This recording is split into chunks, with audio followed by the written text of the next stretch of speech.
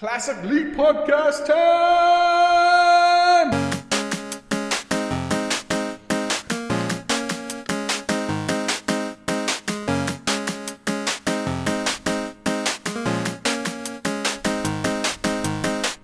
Hello, everyone, and welcome to episode 260 of the Classic Elite Podcast. My name is Scott. I have Josh and Dustin with me tonight. What is going on, guys? 2018. Josh, so I'm standing in line today at the grocery store getting ready to check out, and I totally forget my debit card number. Like, I've sit there, I've got my card in the reader, and I'm not like having a mini panic attack in my brain. I was like, is that damn number? So I'm sitting, I didn't know what to do, and the guy's like, you can just run it as credit too. I was like, oh yeah, that's right. I'm doing great. How'd you forget 1337? I don't know. I thought it was 2345. Right. But seriously, I have no idea how I forgot it. I still don't remember it. I was driving home. I was like, I still don't remember my PIN number. I still got dig to my files to try to find it. I've had some panics where I've forgotten my Gmail password just for a second. And I will have realized I was mixing and matching current and previous passwords. So I've had that oh my God, because if I'm locked out of Google, I'm toast. Like I should just put a bullet in my head. My life's shut off. So, Dustin, man, it's been a couple weeks. How was Christmas? How was New Year's? It was great. Yeah. I got a bunch of cool stuff for Christmas. Oh yeah. I got Kim got me a turntable. Ooh. Yeah. For my all my vinyl, and I actually did something super cool. I recommend to everybody. I read through Volume 2 of Akira because she got me that too. Ooh. While listening to the Snatcher soundtrack. Oh damn, that was probably so.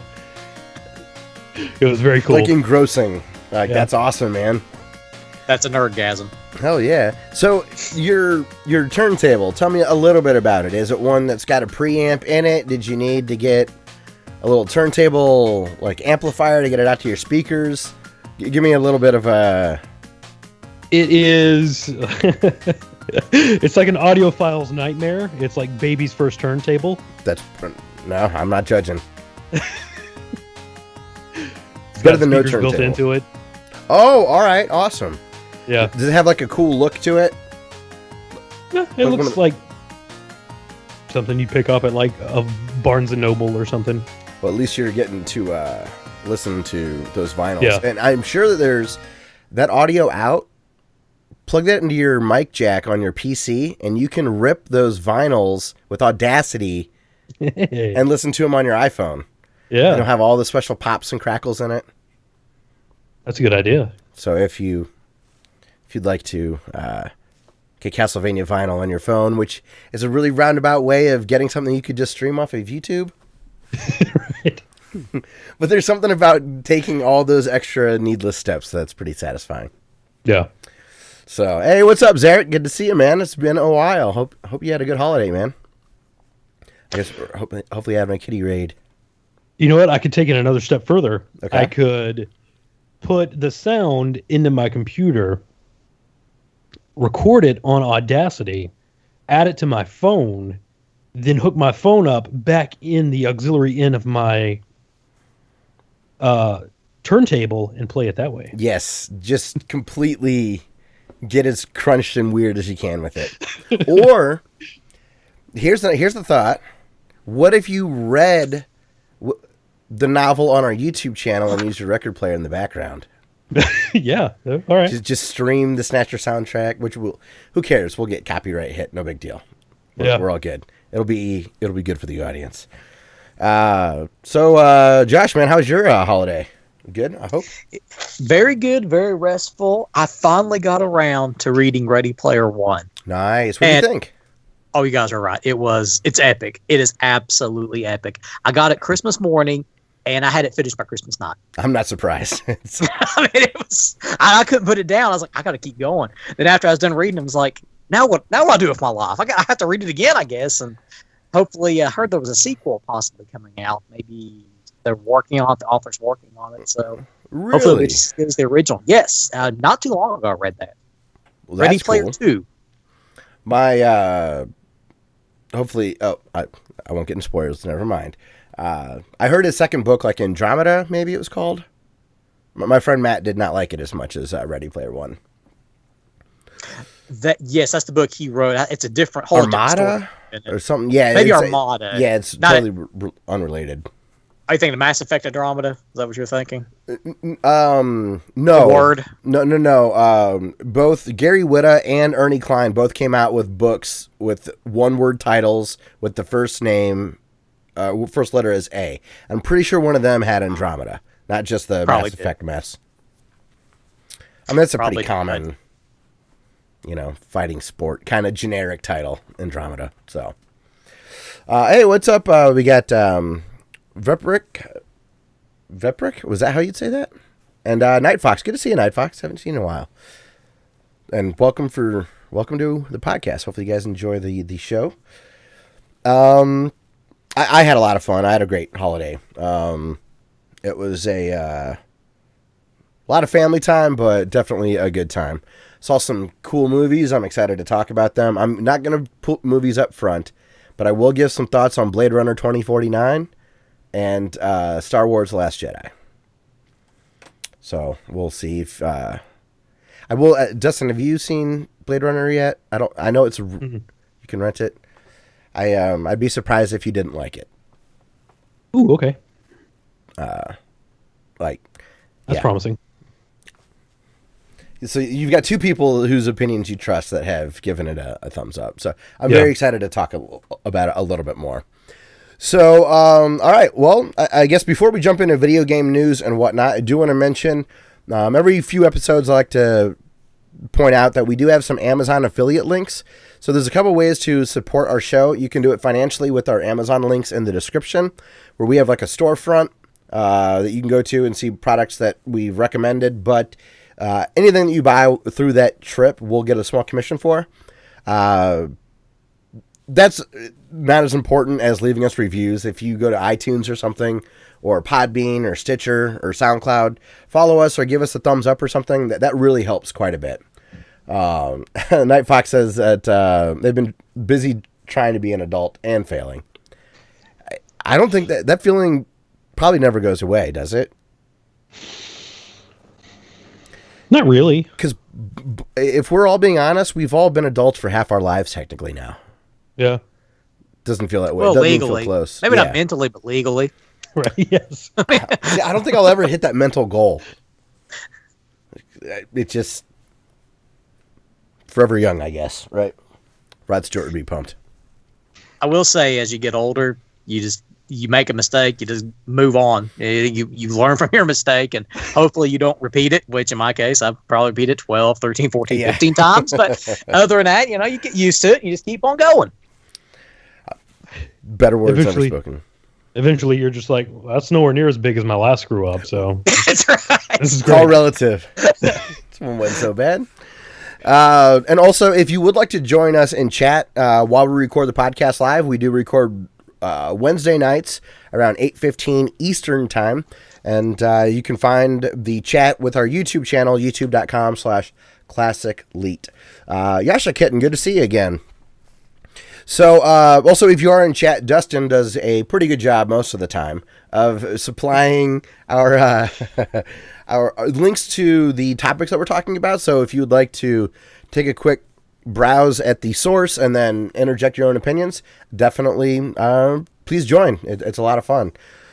Also, it's good for fact checking and helping with our audio levels. So Yep. we really, really need it's more beneficial for us than it is for you, but you might enjoy it. So we got some quick news hits this week. Nothing really to talk about as far as conversations are concerned.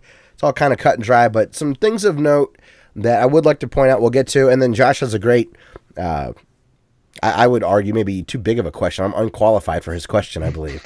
But Josh has a great discussion topic for this week, and then we'll get to what we've been playing over the last 2 weeks. So the first bit of news, Xbox One has, and I thought this had already taken place, but Xbox One has officially discontinued the adapter for the Kinect. So if you have a S or an X, you need that adapter. Okay. The thing that's really weird to me is they won't let you just plug a USB mic into your Xbox and let Cortana work. Oh, yeah, that's dumb. If you get rid of if you're not going to support the camera stuff, Cortana is still baked in. Mm-hmm. And they still want you to use it on Windows. So why wouldn't they give us a really easy option? And hard drives and keyboards I believe just plug in and work. So I don't know why they wouldn't let me just put a USB mic up to...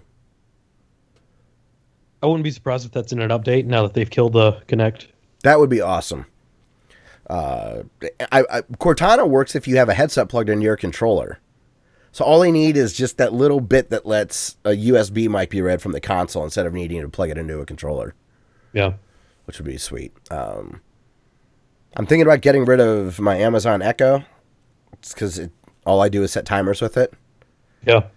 But then I would be exchanging it for a different... yeah, if they ever update that, I will definitely hook that up. Because it's easier for like playing Blu-rays or something like that. I can get rid of a bunch of stuff with it. Zarek says there's still snow on the ground. The Great Georgian Snowstorm of 2018 started this morning. And there's at least 2 to 3 inches of snow. A once in a 20-year storm. That's, man, if that's all we had. We got hit pretty hard with snow, but real hard with cold weather. Josh, you mentioned you were cold last week. We spent most of the last weekend in the negatives or right at 1 or 2 degrees. How was it down in Kentucky? Going to work I was going to work this morning, and I took a picture of this. The gauge on my console this morning saying -1. I didn't know my console even read negative numbers. As I was driving, it got down to -3, and the projected temperature is to be about -10 by this weekend. Now, in Kentucky, we get all the seasons, but it usually doesn't get Arctic cold like this. I mean, it's stupid. It's downright stupid. That's great. Yeah. Hey, Kevin, good to see you, man. Our good buddy Kevin in Toronto says it's going to be -31 degrees Celsius this weekend. Man. That's no, I said -3. I meant -3 degrees Fahrenheit, not Celsius. Yes. So. Well, we're American, so you have to assume that we're not considering the rest we don't of the world believe in anything. the metric system around here. Inches, baby. Night Fox says Minnesota had a high of 1 today. So we got a bunch of cold people here. This is nice. A lot of people that can empathize. My buddy, his dad's a plumber, and I was talking with him about my furnace struggling to keep up. He's like, dude, if it's that cold, just pull your filters out and let that thing just push as much air as possible. Oh, that's smart. And I was like, that's a great idea. He's like, 20 is a threshold. If it's going to be a few days, just pull your filters out. And I've got some that are thicker to try to catch more allergen stuff. Yeah. But yeah, it was, it was smart and it worked well. It definitely made a nice impact. Yeah, negative. Snow in Georgia is crazy. Yeah. Just now, weird... if I'm not mistaken, wasn't the Weather Channel saying it's supposed to snow in parts of Florida? Yeah, and my mom's heading to Florida tomorrow, and our family's in Clearwater, and that northern part is projected to get some snow, which is nuts. That whole area will shut down. I mean, they don't know how to operate in snow, which is understandable if you're not used to it. Absolutely. Zarek said that they declared a state of emergency in Georgia with 2 to 3 inches, which sounds hilarious to people like Minnesota and Ohio or Toronto, but we have the infrastructure. Like, we have shitloads of salt ready to be loaded into trucks, and we have our city and private people. There's a whole industry. Essentially, in Ohio, when people that cut grass for a living, in the wintertime they tend to plow snow and use similar trucks and equipment and stuff. So I can understand 2 to 3 inches of snow just sitting there with no way to get rid of it. Might as well just wait for it to melt. I think when you get up to probably Tennessee, that's when you start seeing more people that know how to deal with snow and snow removal and how to process it and how to deal with it. Yeah, Dustin, you would know, transferring from North Carolina to Tennessee. Yeah, Nashville's a lot better about getting brine on the streets, the salt on the roads. Yeah. We usually, for some reason, I don't know if it's because we're around a big city, but Nashville has just a giant bubble of middle fingers that just blocks all the snow. It's all that beautiful music. Even the snow doesn't want to come here. Yeah. I say that as someone that hates country music, but I really do love the music scene in Nashville. There's a lot other than country music there. I've never seen it. You got to go to like the Vanderbilt area, the college bars over there. You get the rock bands and dance music and all that kind of stuff, and DJs. Yeah. Did I say Night Fox said that there is snow on the ground in Florida right now, so we're not hearing things? We have some confirmation, it looks like. And crazy. Kevin says my rear passenger door has been frozen shut for a week.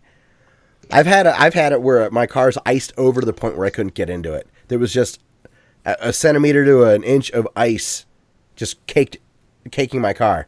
It was like I'm not going anywhere. This sucks. You just got to hit it with a hammer. Yeah. Preferably on the glass. I was going to say on the glass or the paint. Like, get a nice sharp chisel. That's me. If I take 1 foot outside, I'm just like, and if I saw that, Scott, I'd be like, no. Just no. I'm going back in. I don't care. No. That's how it was. I haven't had that this season at all. And I don't have to. I have a garage I can park in, so I shouldn't have that happen. But you never know. Sometimes it can happen overnight. I could be out somewhere, leave my car in a parking lot, come back the next day, and I'm toast. It sucks. Yeah, Night Fox can confirm the snow in Florida. Damn. What a world. So yeah, Xbox One discontinuing the adapter. I still kind of want to connect, but I don't want this adapter, so I'm keeping my fingers crossed for that mic update. Next, Dustin, did you see the email we got from Damez asking a question? We may want to invest in those adapters. They may go up like GameCube component cables. They already have. Already? We're late to the punch. Yeah, I was listening to another podcast, and they're selling used. Let me go to eBay right now. But some of those like third-party sellers on Amazon had them for hundreds of dollars. And the ironic part is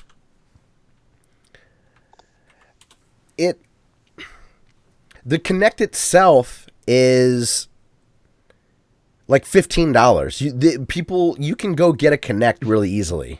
Right. But yeah, right now on eBay, I'm seeing $206. Buy it now with 69 sold. So that's not like a one-off. That is straight up. And it's from China. So people are waiting for the shipping. That's a lot. Yeah. So, Dustin, we are behind. There's a sponsored. This is a sponsored link on eBay from Microsoft, it says. $367 with one left. Free shipping. Oh, well. So there you go. I mean, at least they're cool about it. Holy smokes, man. Yeah, it looks like $100. I've got one here, $115, 18 hours to go, 37 bids. So these are selling. And these were free.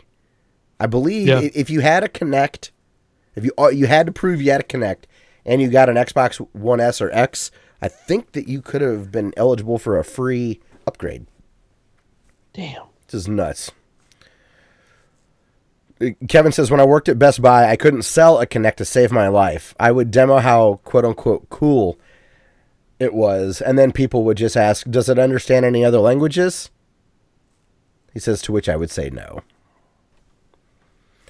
That's wild, man. Sometimes you just gotta lie. Well, I mean, that's what Microsoft does, right? Any big company, not just Microsoft specifically. So that's crazy. But, okay, so, Dustin, we cannot capitalize on the scalping mentality here. So did you see? Just want to be good people. Damn you, morals. I didn't see his email. I was looking for it, but it's a simple question. Would you like a new Adventures of Link in the style of New Super Mario Brothers? Yes, I would take any Adventures of Link content. available to me. What about you, Josh? Did you ever play Adventures of Link? The Zelda 2, absolutely. Yep. Also known as in the form of Zelda. Super Mario Brothers would be cool. I think it would be a day one purchase for me, even if it was a $60 remake. Yeah. If Nintendo did it, I would immediately get it. Because they would polish some of this stuff. Like, some of those early dungeons are really difficult if you don't go grind. Mm-hmm. They would probably not punish you for dying and have to go all the way back. Yeah. They could fix a lot of things there, which would be really cool. I was getting ready to say that those first 2 dungeons, if you haven't, you can't go through unless you haven't beefed up your levels. But after that, it levels out once you get some more stronger magic spells and things to use. And that first few levels are brutal. Yeah, they got those the Ganon pig face enemy guys. You know what I'm talking about? They look kind of like hogs. Yeah, they're tall. Yes, those guys are bastards. Can't think of their names. That's what they're called, bastards. In Turkey, that's the translation. So yeah, I thought that was pretty cool. Dumbass, I agree. I hope that that's done someday. It is weird that it's a little weird that Nintendo hasn't been willing to go back to that since they've done other overhead now. Mm-hmm. They haven't stuck with just 3D a la Ocarina of Time. So it would be really cool. Maybe this year will surprise us and Dumbass will seem like Nostradamus. They could even do like a Metroidvania based off like Twilight Princess, where the dog becomes like an upgrade and you can get into certain places using that smaller, faster form. Wow, that's a really, really, really goddamn good idea. They could sell me that, like the side thing as a like DLC. Even they could get a lot of money out of me with this whole premise. I think. Yeah. I love that idea of an exploration game in that style with everything that's a character from Adventures of Link. That would be incredible. Yeah, and then they could just cheat. You're right. Become the dog because that's convenient for the gameplay perspective. Mm-hmm. This isn't a movie. I don't need... when you watch a movie and sometimes they interject stuff in a script that doesn't make any sense? Yeah. And it just kind of moves things along. I'm okay with that in video games for some reason. Yeah. Probably because I just like to know what the goal is. Yeah, just like, hey, we're going to do this now. Why? Because video games. Go. Okay. Sounds good. Deal. Next up, Josh, did you see the next thing from Nintendo? Nintendo removes golf from the Switch. Yes, that was a neat little read there. Didn't know it was even part of it to begin with. Oh, really? Okay. No, I didn't. Well, I guess if any audience members don't, what have you gathered so far? We talked about it a while ago, but I don't want to assume everybody already knows kind of what went on.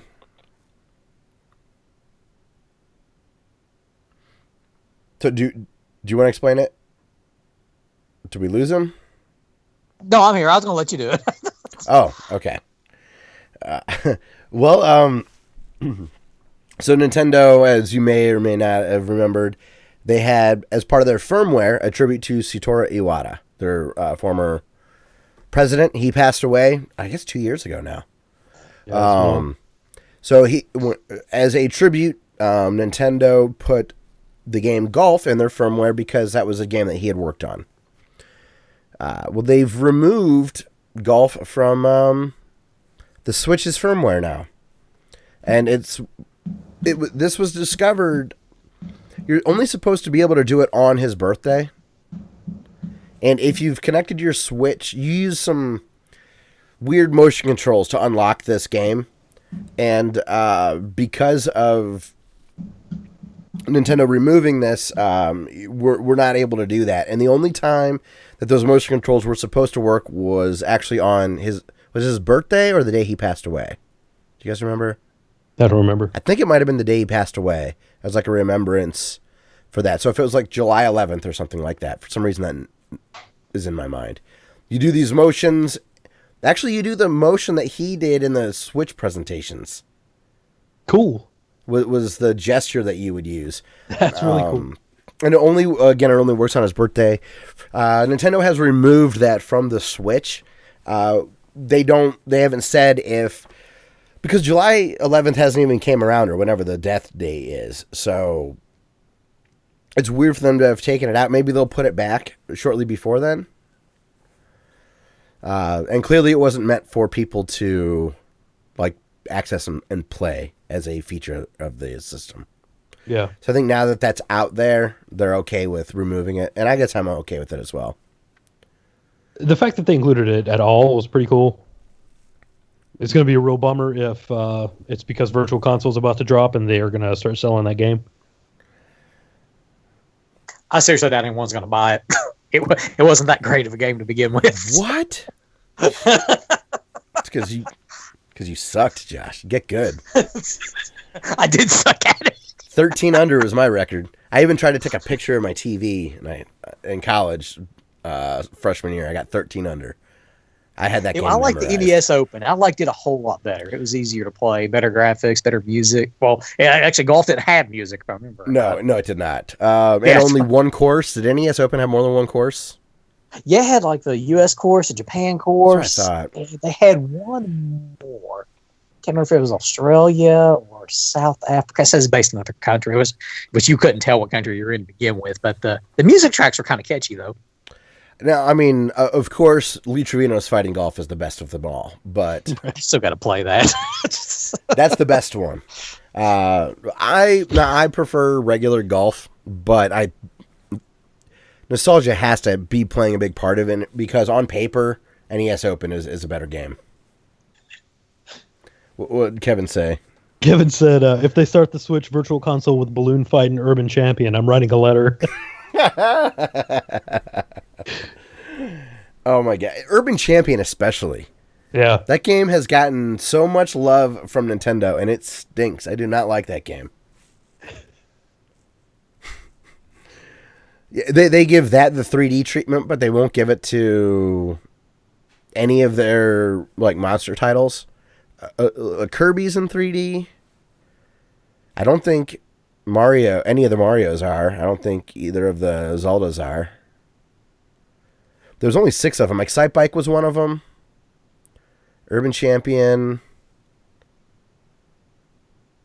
Gunstar Heroes, not even a Nintendo game. Like played on Sega. That'd be awesome in 3D. It's a great port. It's a really good. And it runs really smooth. It's nice. I got Urban Champion too, Kevin, if it makes you feel any better. We're like a support group, Kevin and I, of wasting money on games we already own. There's a game I might buy again that's up in the show notes here. And Kevin says, and it was free. Oh, maybe that's why I got it, because it was free. Maybe I didn't pay for it. So Kevin paid for it, and it was free. Okay. He's got me there. I'll be curious to see what they do with that. I think there's a chance they may give it away on, like, maybe that day. Yeah. Maybe they'll launch it with the Virtual Console and say you get golf for free. God, Dustin, I hope you're wrong. But you might not be. So, next up, Dustin, we got some great news from HD Retrovision. Oh, yeah. They are making PS1, not cables, but an adapter that will work with your Genesis cables. Yes, which is amazing. I believe this might work for the PS2 as well. Isn't it the same connector? I know the old cables are interchangeable, the composite at least. So if it works on one, it works on the other, maybe? I'm hoping so. The reason I'm bringing it up is I found this out from Bob at Retro RGB on YouTube. Mm-hmm. His show notes said PS2, but everything on HD Retrovision's blog is related to PS1.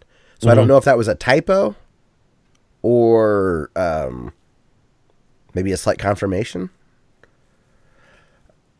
So just to give everybody an idea, the Super Nintendo and Genesis cables are $53 a piece, and the adapters are between 8 and 14. Like the Neo Geo and the Saturn adapters are $14.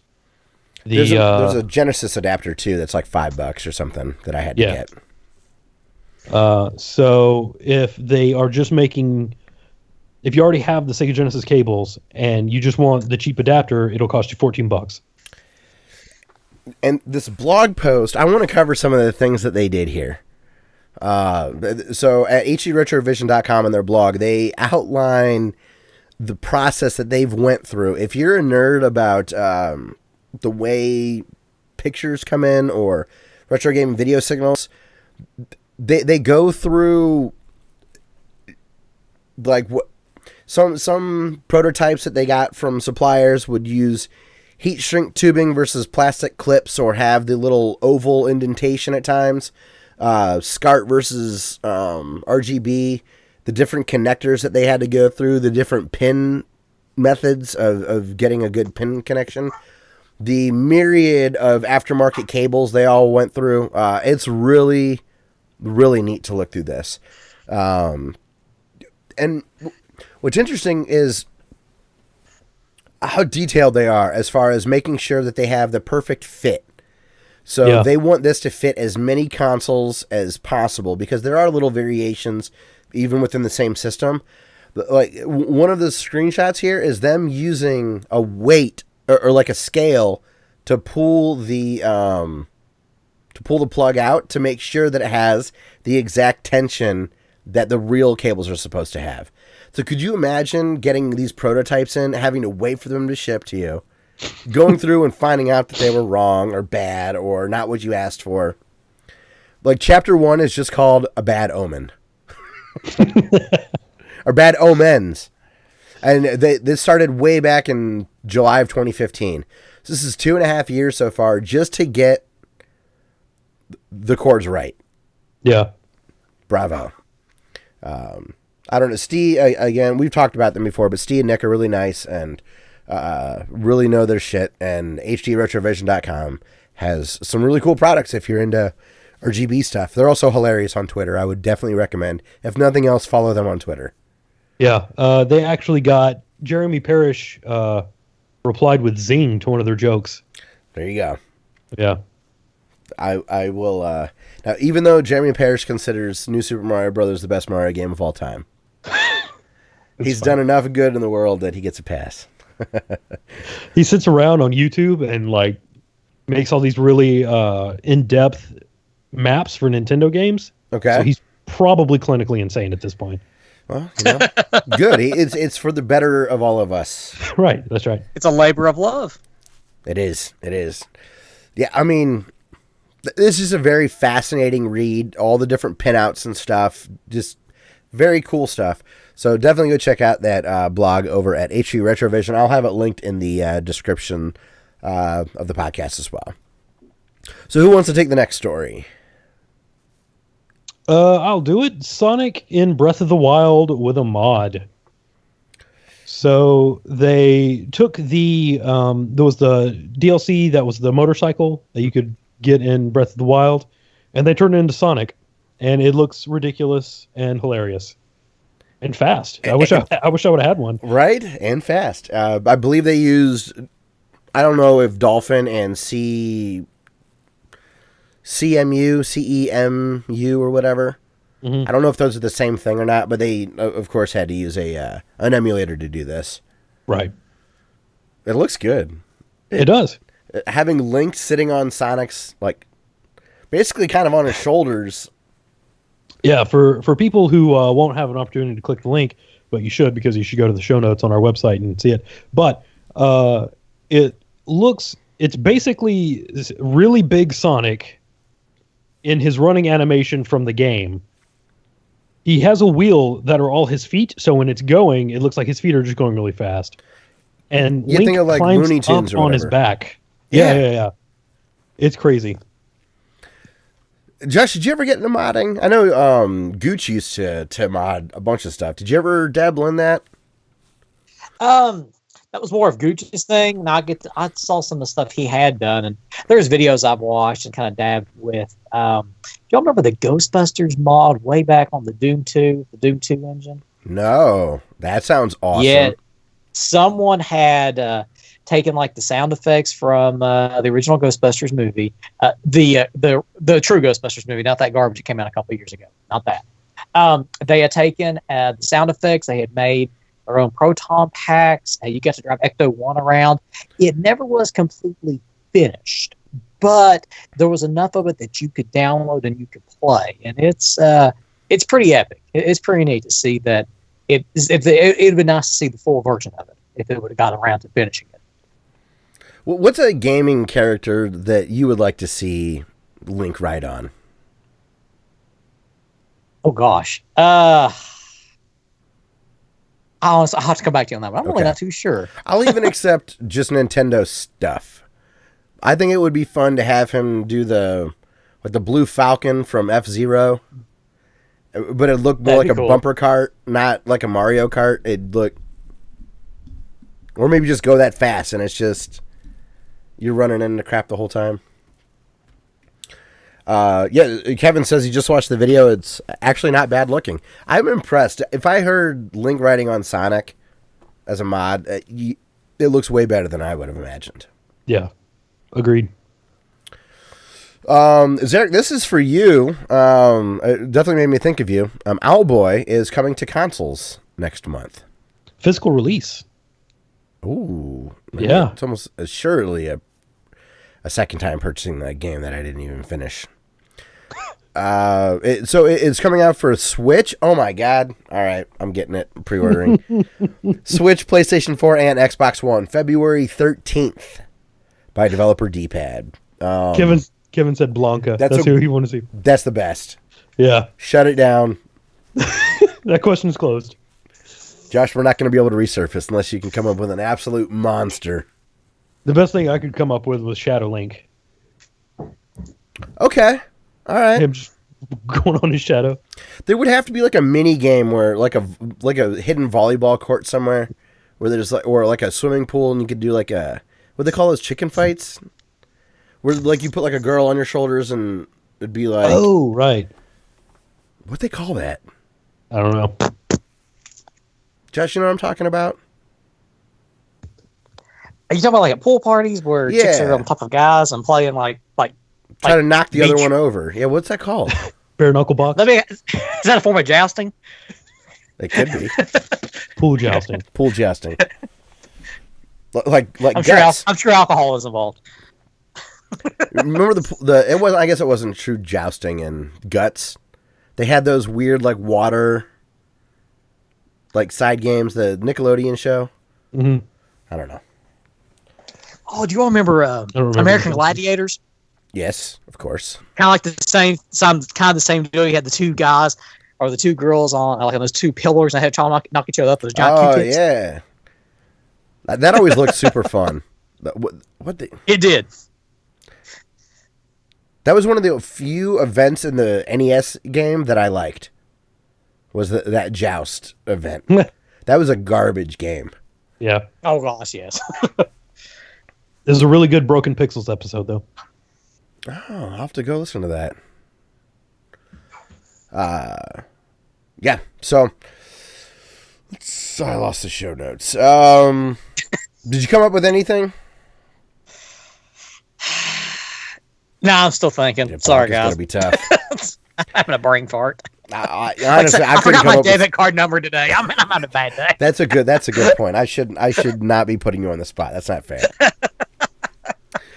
But apparently, Zarek, did you know about the physical release with Owlboy?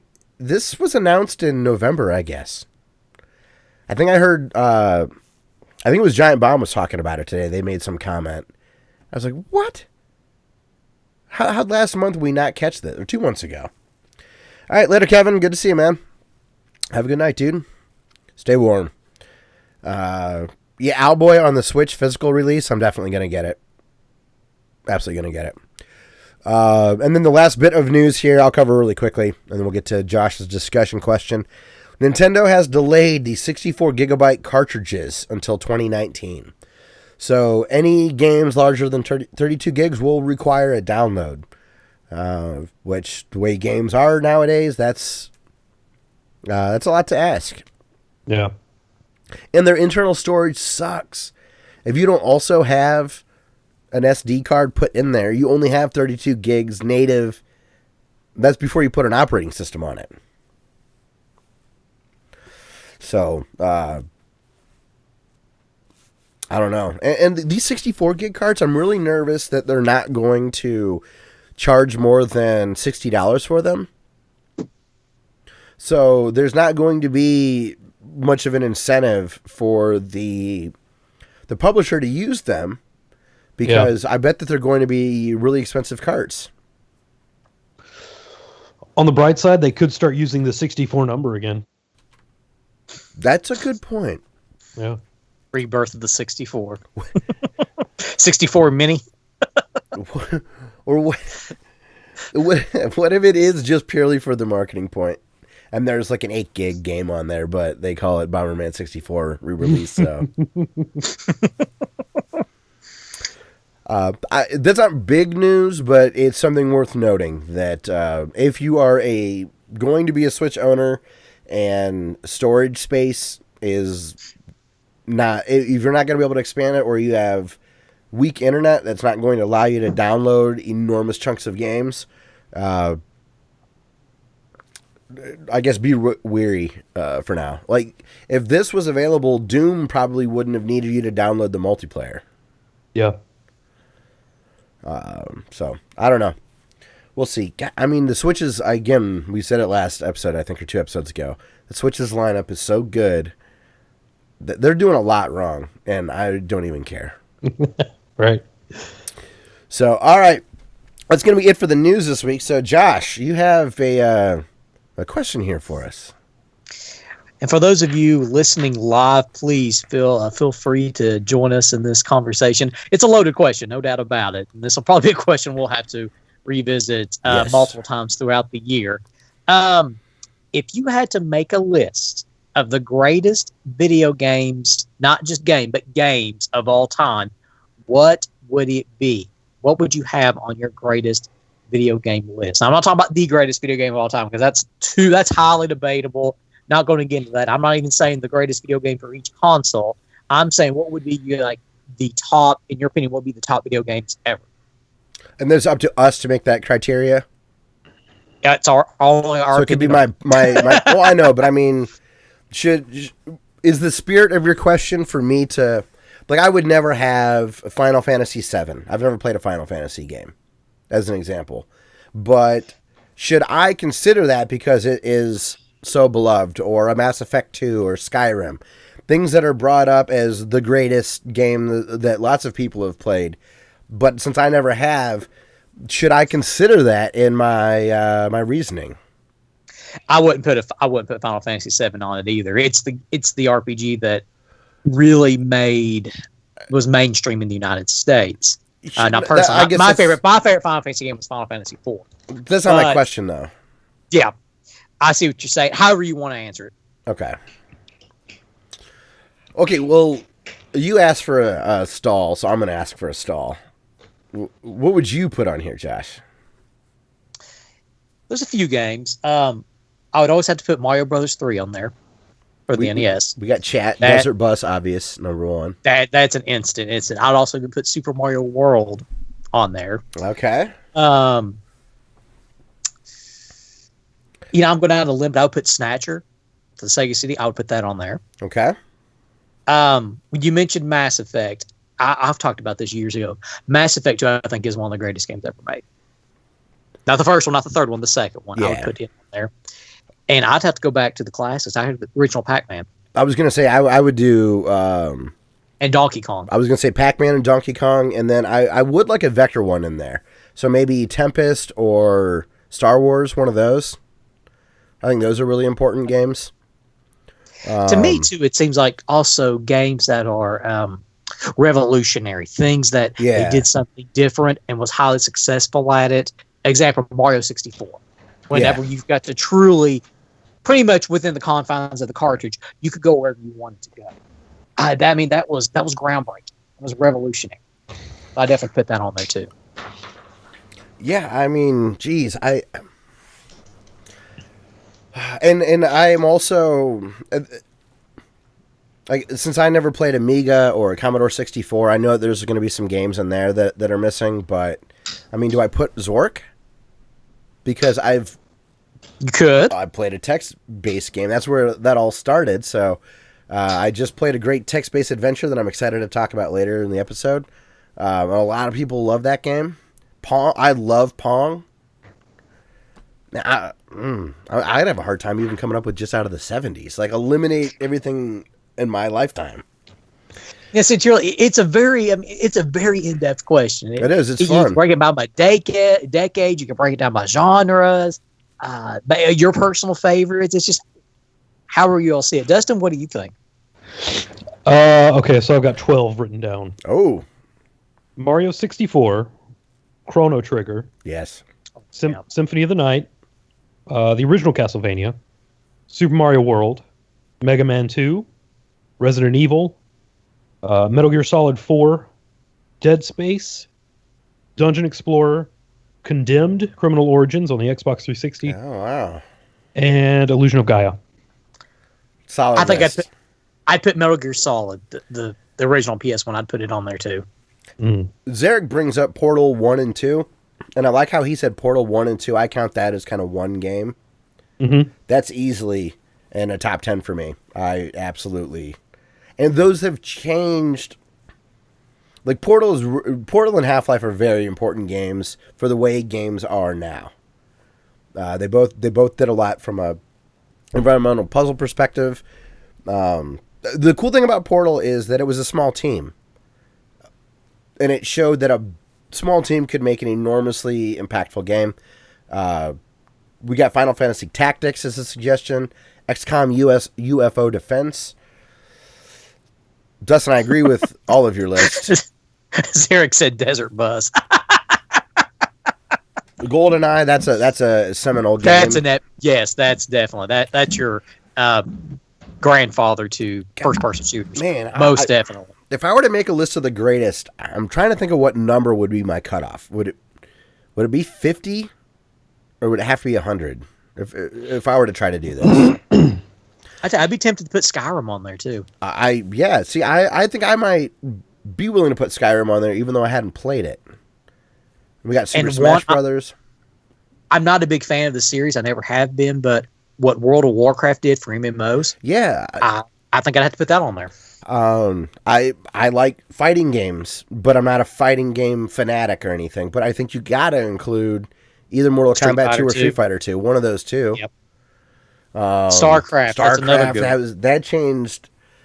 The StarCraft made the world play with each other in a really cool way. Not that it was the first one, again, because you could do it with Doom and Unreal and stuff like that, but still very impactful. FO3, is that Fallout 3 night? That's what I was thinking, yeah. Man, I mean... Pokemon, oh man. Yeah. See, those are other ones that I've never played a Pokemon game, but I wouldn't be opposed to putting it in a top 100, even if I was making the list. The Last of Us. That's a good call. Good call, Zarek. And of course, I would have to look at some of the. We haven't even really mentioned many 2D side scrollers other than your list, Dustin. We had Symphony of the Night, Mega Man 2. For me personally, Contra. Oh yeah. Oh gosh, yes. But Contra is one of those games that is still referenced today the way that kind of Dark Souls has been. Like when people talk about run and gun 2D games, they Mega Man 2. They say Mega Man 2 and they say Contra. Yeah. Like those. So there's an argument to be made about those. We haven't even talked about any sports games, even though none of us play the current sports games that much. How many amazing like NHL hockey or NFL Blitz, like NBA Jam, Rocket League, NBA Jam. I mean, Jesus, Crash Bandicoot. Yeah, that's another one that I wouldn't put on, but would not think anyone's crazy for doing that. If I had to go a football game, NFL 2K5. That game is still referenced as being the greatest NFL football game ever made, and people are still making current roster updates really? up to the 2017 NFL season, yes, that you can download. Hell yeah. And put onto your PS2 and your Xbox. Like I said, this can go so many ways. And everyone's going to have their own opinion. That's what makes it so much fun. It really does make it fun because all we're doing is throwing up 10s. Just, it's just like, wow, there are so many good games. Night you have to put a Zelda, but which Zelda would you put on there? Adventure of Link. I put Link to the Past. Or Ocarina of Time.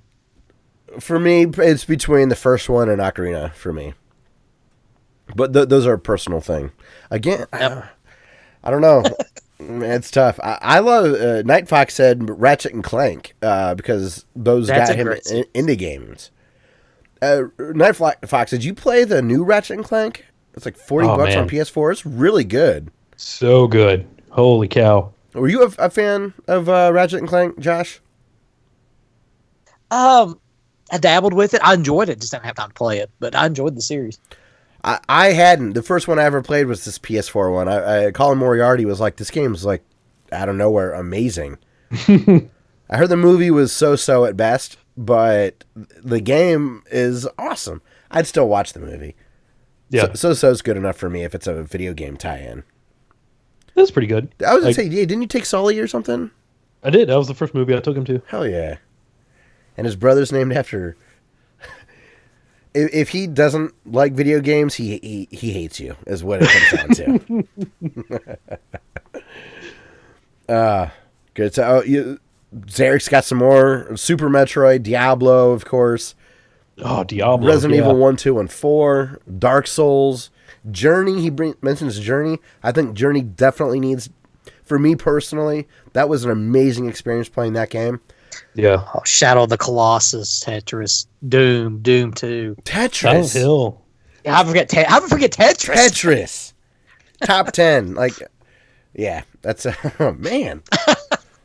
Keep them coming, guys. We're gonna keep going with the show, but keep them coming, and we will just keep interjecting these great games for all that we've forgotten about.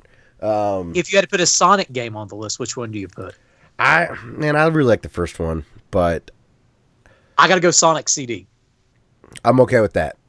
That one's obscure, but the people that got to play it, it's fantastic. There's a great port on Android, and it's not this new stuff. It's just it's the game in and of itself. There's no ads or anything, and it played great with. I've got a tablet. It's 4x3, and it fills up the screen perfectly, and works great with a Bluetooth controller. So if you haven't played Sonic CD, you can get it legally and cheap, which is cool.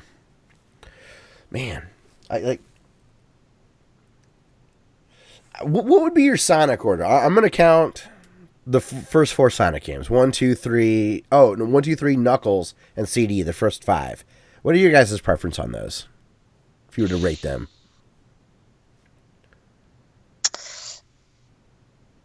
Sonic CD is definitely my first one. Then behind it, Sonic 2. So I think I would go 1, Knuckles, CD, 2, 3. And I think that's pretty jarring against the popular opinion. But the nostalgia stuff is, I mean, it's really the feeling. All 5 are great games. I mean, don't get me wrong. I like yes, I like all 5. It is splitting hairs. I'd probably go Sonic CD, Sonic 2. Soul Calibur. Sonic 1. Soul Calibur, that's a good. Soul Calibur 2.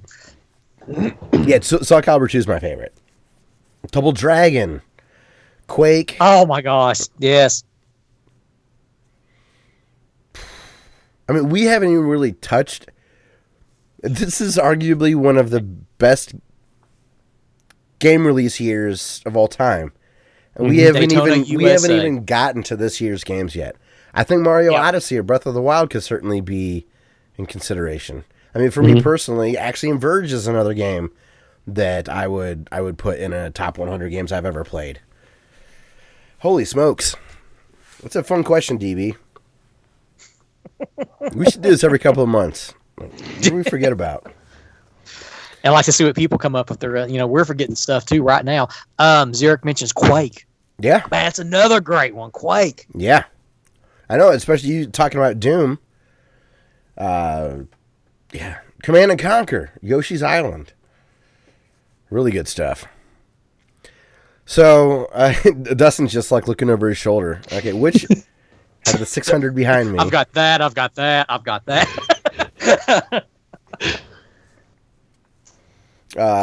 So, Dustin, are you ready to talk about our YouTube channel of the week? YouTube channel of the week. Week. Yeah, let's pick. We're flush with YouTube candidates right now because I saw that. Thank you. Actually got time off. Let's go with. Actually, I know exactly what we're gonna go with. Avalanche reviews. I actually saw. So Halo. We haven't even talked about Halo. Okay, sorry. Halo 2. Okay, sorry. Number 3 on my list. Halo. So Avalanche reviews. Yes, it's pretty funny. I saw him.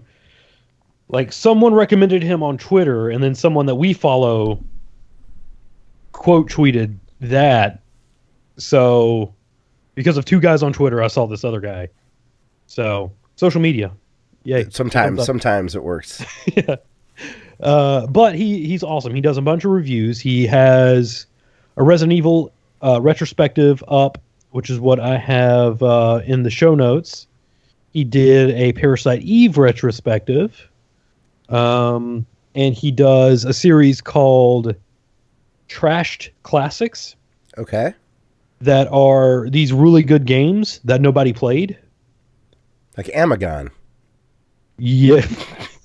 I like Amagon, but I understand why it's hated. Like Kid Nicky and Totally Rad.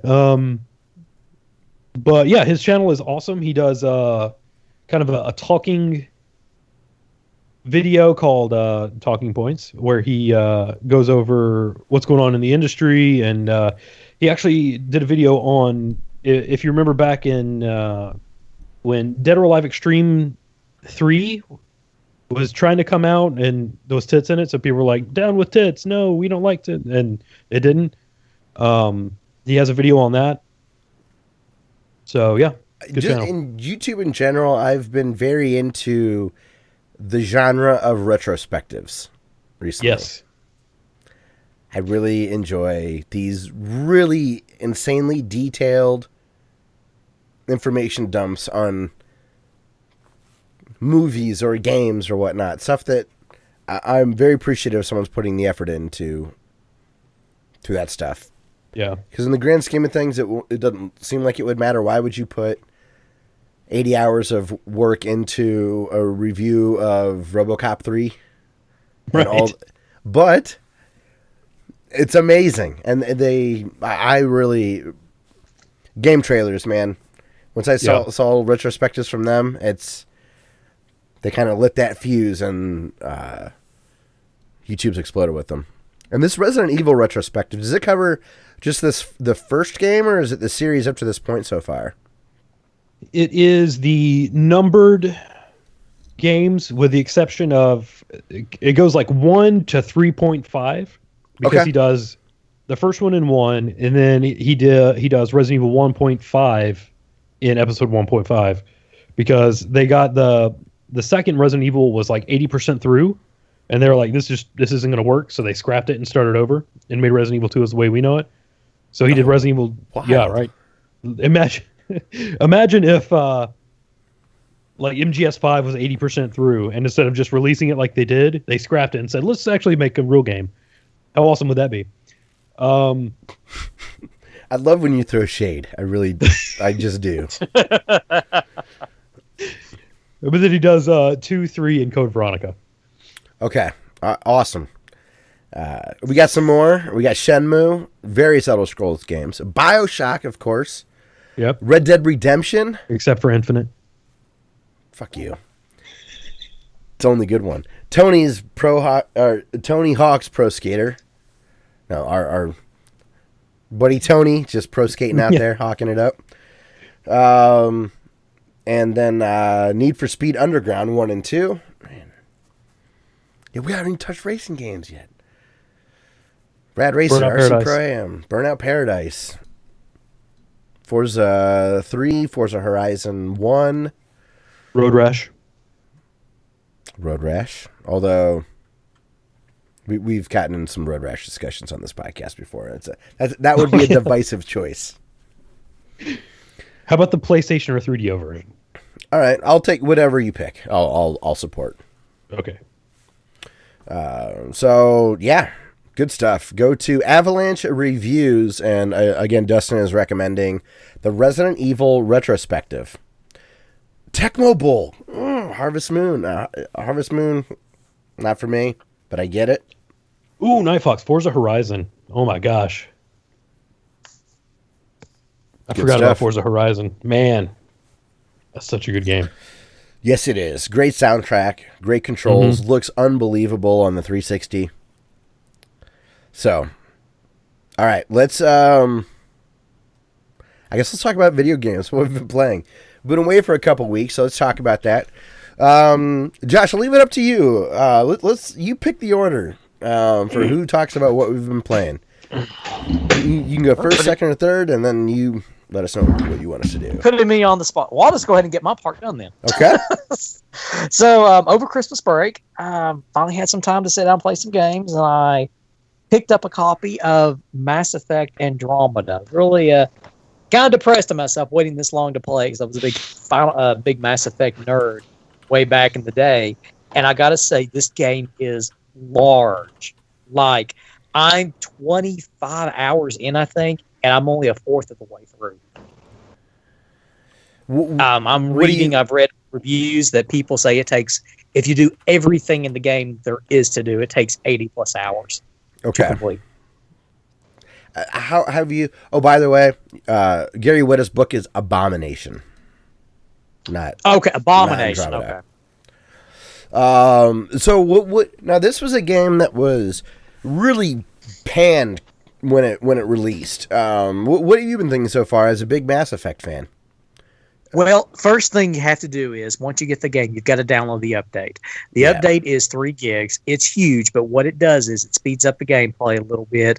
It fixes a lot of graphic glitches that was, which I hate to see BioWare release the game like they did. That might have been more EA doing that, trying to rush it out on the shelves. It kind of cleans up some things like that. Overall, this isn't Mass Effect 4, and this game was never supposed to be Mass Effect 4. It's a side story that takes place just after the events of Mass Effect 1, but before Mass Effect 2 and 3. So if you've completed the trilogy and all those decisions you made through those games, this has nothing to do with it. Plus, with this taking place in an entirely different galaxy, in the Andromeda Galaxy, the game takes place, I think it's over 600 years after Mass Effect 1. Okay. So it's a little bit, I mean, it's a new game experience, which is unlike the original trilogy, but at the same time, it's more focused on space exploration and setting up new colonies for the human race. And then, if you're a fan of the series, you're going to see the Turians, the Asari, the Krogan, all fighting this new enemy that has been forced upon them while trying to set up a new life for all these individuals. Different experience. It's not as good as the trilogy, but as a Mass Effect fan, it's still fun. Okay, good. I was under the impression when it first came out that wasn't the case. There's a steep learning curve. Okay. If I haven't had the time to sit down and play through it multiple hours just sitting down, I don't know if I would have made it through. It takes a good, I'm going to say at least 5 hours to really learn all the nuances to the game, which I think could have been addressed better with more of maybe a tutorial stage. There's a minor one that throws you into it without giving you away big details about it. But I think BioWare could have done a little bit more into getting you introduced to it.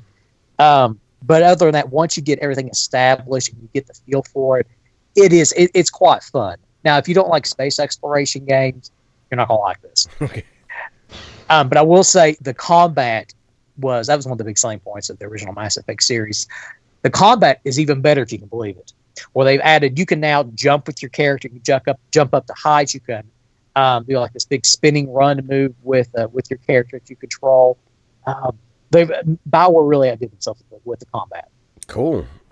This is the first This is the most positive review I've heard of Andromeda, so I'm glad to hear, because since this is a series I'd never played, it's nice to know that it wasn't doesn't sound like it was nearly as bad as what I the impression I was given. Now I can imagine not playing with the patch that came out for it, the update. I've probably been dissing on the game quite a bit because I tried playing with before the patch, the update with the graphical glitches. Mm-hmm. It makes a big difference. And I will say too, the soundtrack, as of right now, what I have heard, and this is 20 some hours into the game, it's not as epic as it was in the trilogy, which is a big down point. The music in that game is stellar. Yeah, it's not bad. Andromeda's music isn't bad, but it's not compared to the original the trilogy. It's a little bit step backwards. The graphics in this game is gorgeous, though. I mean, beautiful. Could have won some awards as beautiful as this game is. I don't think it did. But no, it didn't. There were a lot of gorgeous games that came out this year. Plus, with all the pre-patch bugs that were out there, I guess faces looked really dead-eyed or weird, something like that. The characters look like they belong probably on a PS3 or a PlayStation, a PS3 or at the Xbox 360, maybe a little bit advanced, a little bit more than that. It doesn't kill the game in my opinion, though. Especially if you're going for story plot. Story's really good. Oh yeah. So before we do move on though, Ready Player One, if you were to predict whether or not you'll enjoy the movie, what would you guess? I love seeing the DeLorean in the trailer. That was really cool. Now, to get the entire world of Ready Player One, we're not going to see these other worlds that the character jumps into, like the Dungeons and Dragons world, the Goonies world, the Star Trek world, the Star Wars world. There's no way humanly possible we're going to see that because there's no way the movie studios would got all the rights to that. I understand that. I don't know. It seems like every time I read the book and I go watch the movie, I'm disappointed. Yeah, because I see it being different in my mind. So I'm like to wait and see. I don't know yet. Now, what I've seen from the trailer so far, it looks promising. It does look promising, and plus with Spielberg behind it, that's 2 thumbs up in my book. Yeah, I'm not. I don't know. I don't think I'll like it as much as I enjoyed the book, but it'll probably be all right. That's what I'm trying to keep my expectations pretty low. I just don't see how, once they're in the Oasis, how it's going to match what I envisioned. Even if it looks better than I envisioned, it'll be so different, it'll feel weird.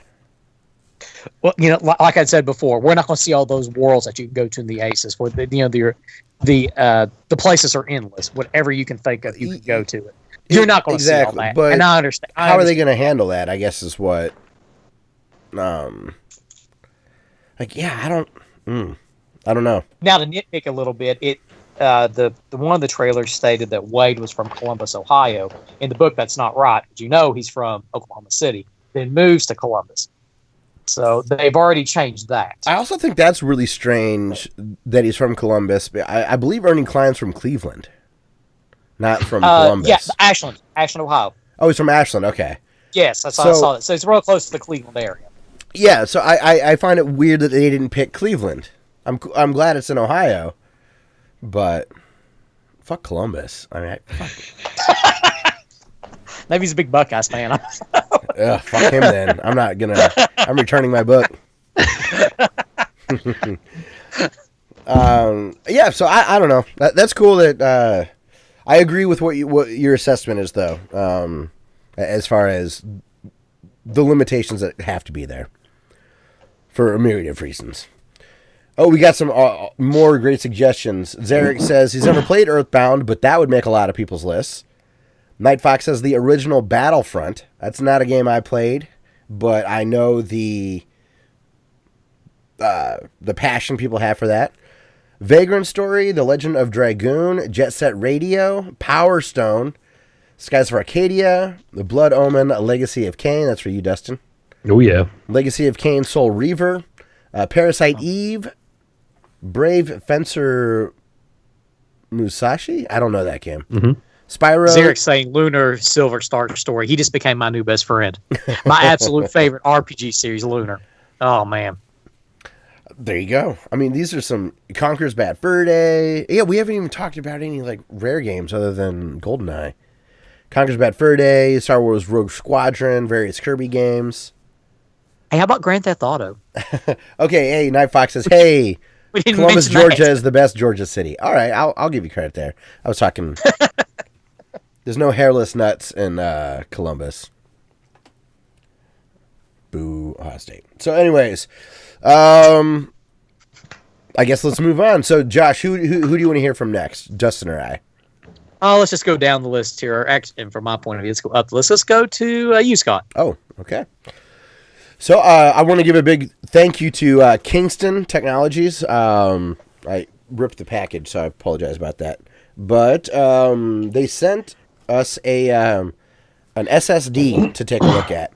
And the reason that they sent this was Tony got his hands on some old PCs. So these are first generation out of the i series. So these are first generation i5s. DDR3 RAM, overclockable, but stock 2.8 gigahertz, I think. So these are older PCs. They don't have hyper-threading, but they have 4 cores. But we needed some hard drives, and Kingston is really pushing the idea that you can get a lot out of an older PC with a solid-state drive. So I used this and built my brother a mid-range gaming PC with these spare parts. I got on sale an NVIDIA 950 a year or so ago. Mm-hmm. And so I took that out of my old doghouse rig and put the old AMD like 5870, just a shit card in there. It's just old. And so I paired an i5 760 maybe. I took a Kingston DIMM of RAM out of my PC, an 8 gig DIMM. So I upgraded the RAM from 4 gigs to 8 gigs and put in a Kingston hard drive. And I got Doom running on medium settings at 60 FPS. I got Shadow of Mordor. It preset to high settings. Wow. All right. It booted great. I had no issues, and I used kingquin.net or .com and got a Windows key for $30, an OEM copy. So no bloatware or anything like that. So with some recycled parts and these Kingston parts that they've sent us over the years, things have been great. I was amazed at how fast this PC boots. It can do light production stuff, no problem. And the model they gave us was the UV400. And I guess just to give some people some quick specs, this is a SATA connection. It's not an NVMe. It doesn't connect like straight to your motherboard. It uses usually a red cord. And so it'll connect to your SATA port. It has 6 gigabit transfer, which is, I believe, the max for those ports. It has up to 550 megabit a second read and writes. It uses the Marvel controller. I don't know the difference between Marvel versus what they called their affordable performance, but it's 10 times faster than like a fast mechanical drive, which is nice. And Dustin, you and I have talked about SSDs as really the best way to make an older computer fast, and yeah, it worked great. Like he sent me today screenshots. He stumbled across in Wolfenstein the New Order. Mm-hmm. The first one? The first one. Yeah. Or maybe he was playing the Old Blood. One of them has the original Wolfenstein in it, but you still keep the main gun from the real game. Uh-oh. Okay. Lost Josh there for a second. And yeah, so I can confirm that it's running the new Wolfenstein really well. Either one of those two. Not Colossus. Maybe he'll get that down the road. But so thank you very much to Kingston. My brother had an awesome surprise for him there. And yeah, it's the SSD now UV400. It was the 480 gigabyte model that they gave to us. So that model is available from 120 to 960 gigabytes, which is cool. So, yeah, I blew his mind with that, which was a lot of fun. My mom got me Samus Returns off my Christmas list. Cool. That game is really sweet. All right. The 3D was wonky. Oh, no. It was constantly I'm one of the few psychos that like to play in full 3D, but there was a constant shadow. I could not get it to line up. I recalibrated the 3D.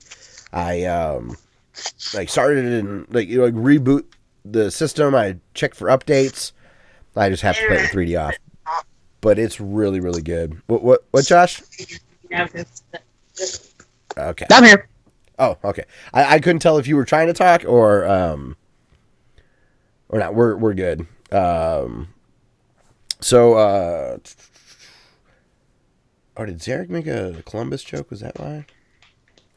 Sorry, I'm trying to follow chat. But Samus Returns, I've got maybe an hour into it, and I can say that the controls are great. They've got a great parry mechanic.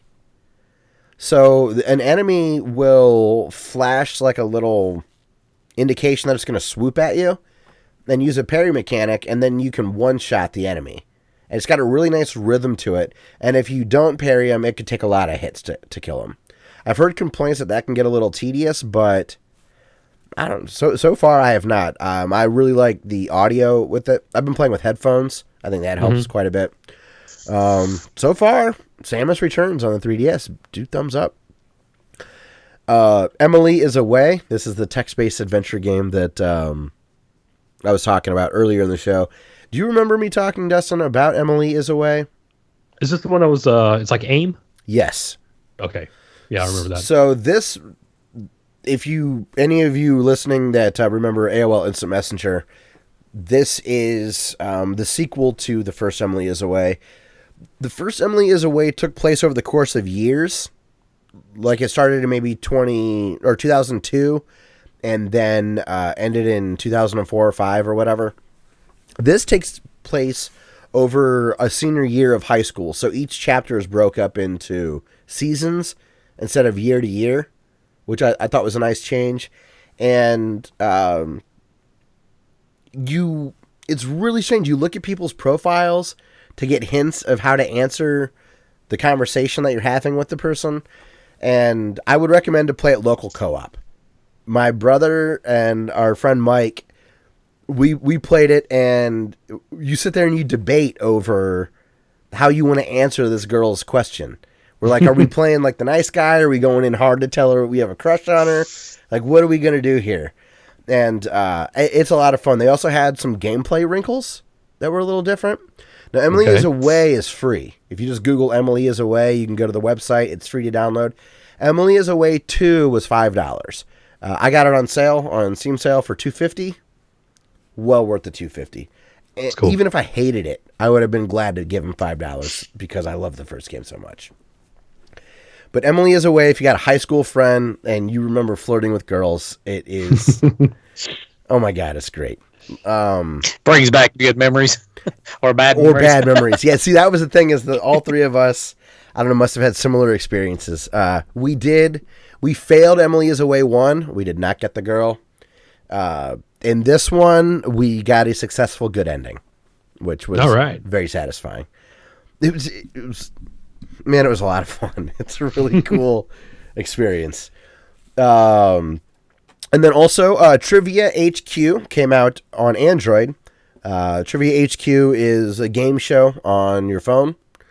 If you're not familiar, you log in and there is a real prize pool and you're asked 12 trivia questions.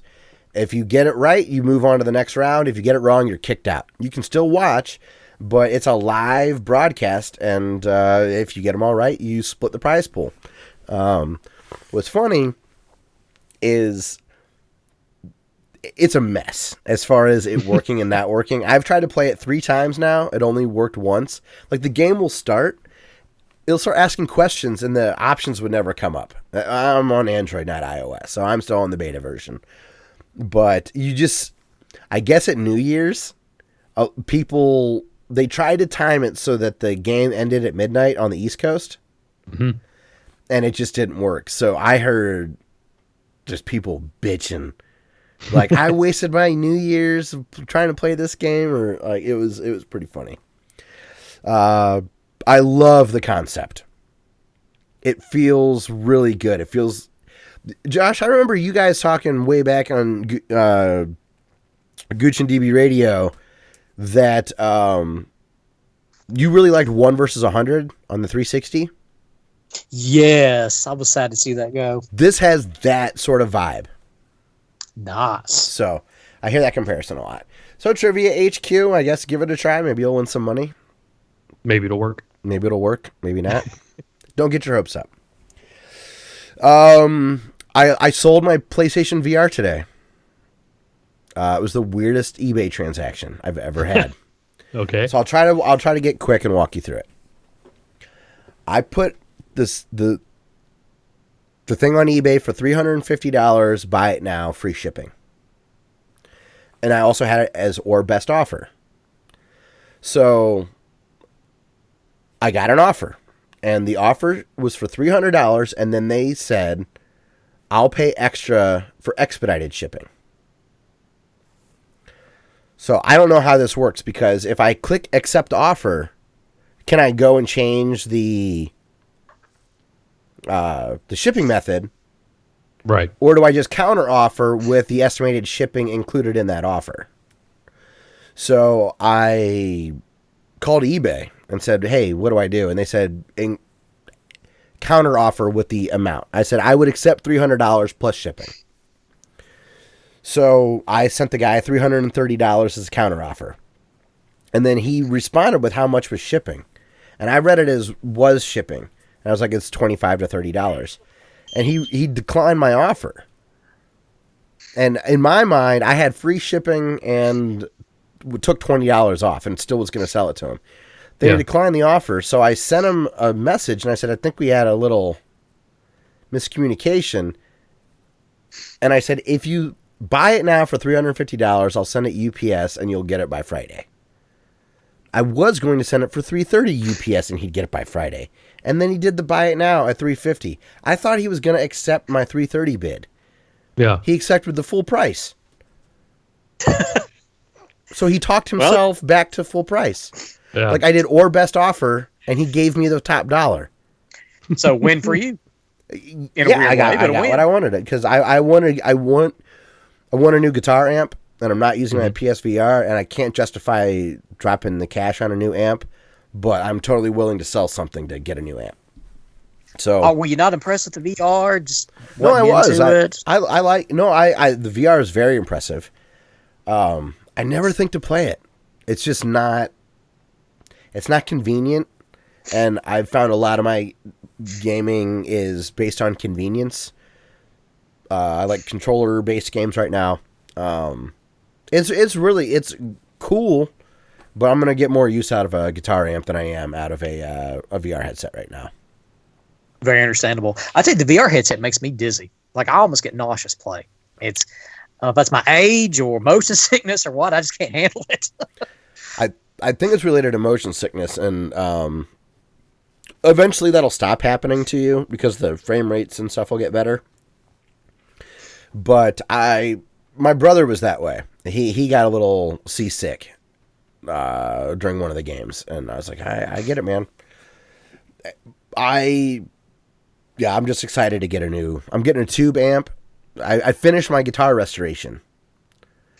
So I now need to get rid of my shitty solid state amp and get a nice tube amp.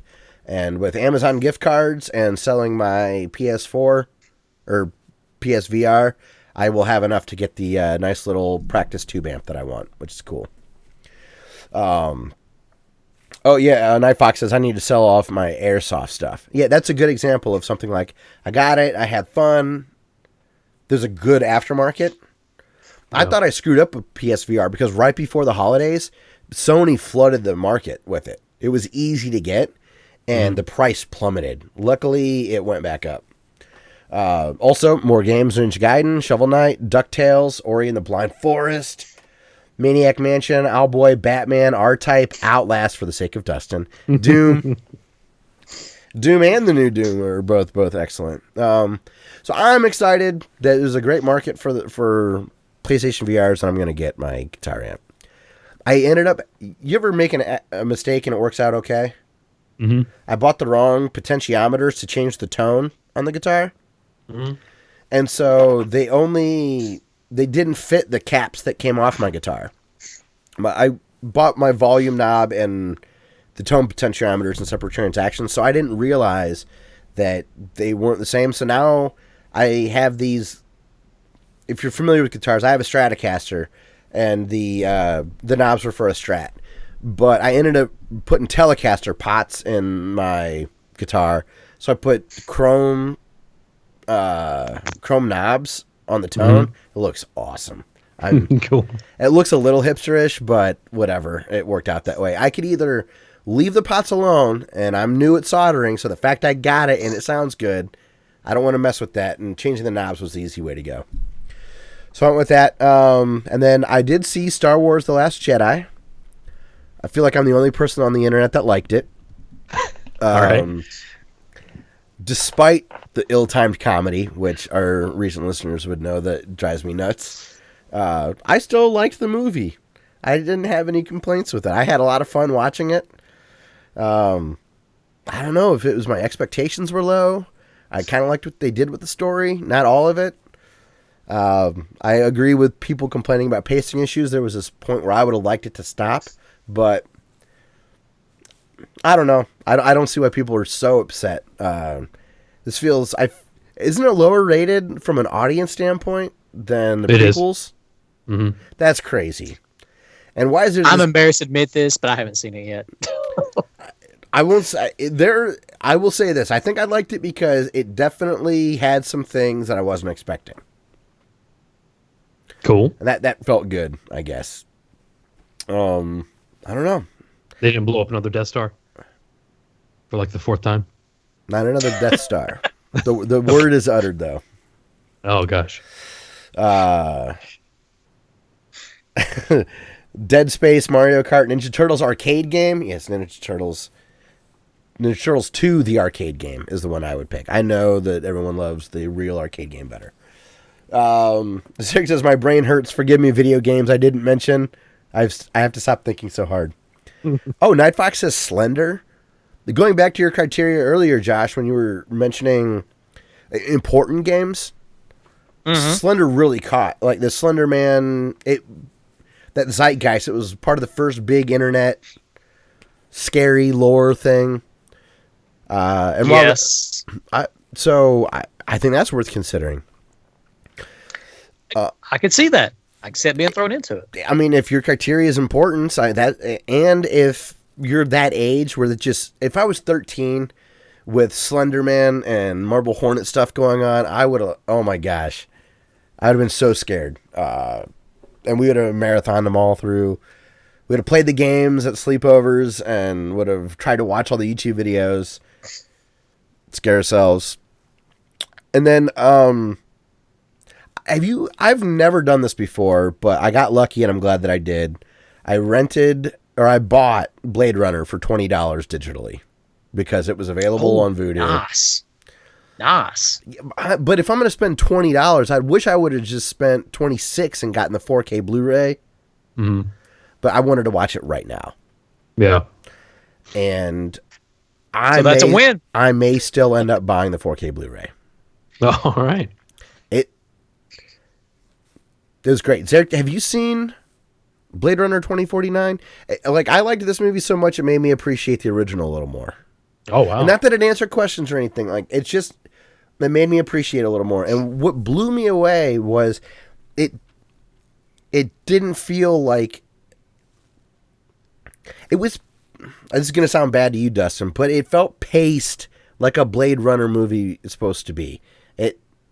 It felt like a Blade Runner movie. And Denis Villeneuve, or I apologize, is French Canadian. My French is non-existent. I can't wait to see some of his other movies because I loved Arrival, and Blade Runner 2049 was. I adored that movie. I've watched it 1.5 times now. I watched all the features. I watched as many like podcast conversations on YouTube that I could about it. They do a lot of good foreshadowing that's really tough to pick up on, but the second time you watch it, you see all these really cool things.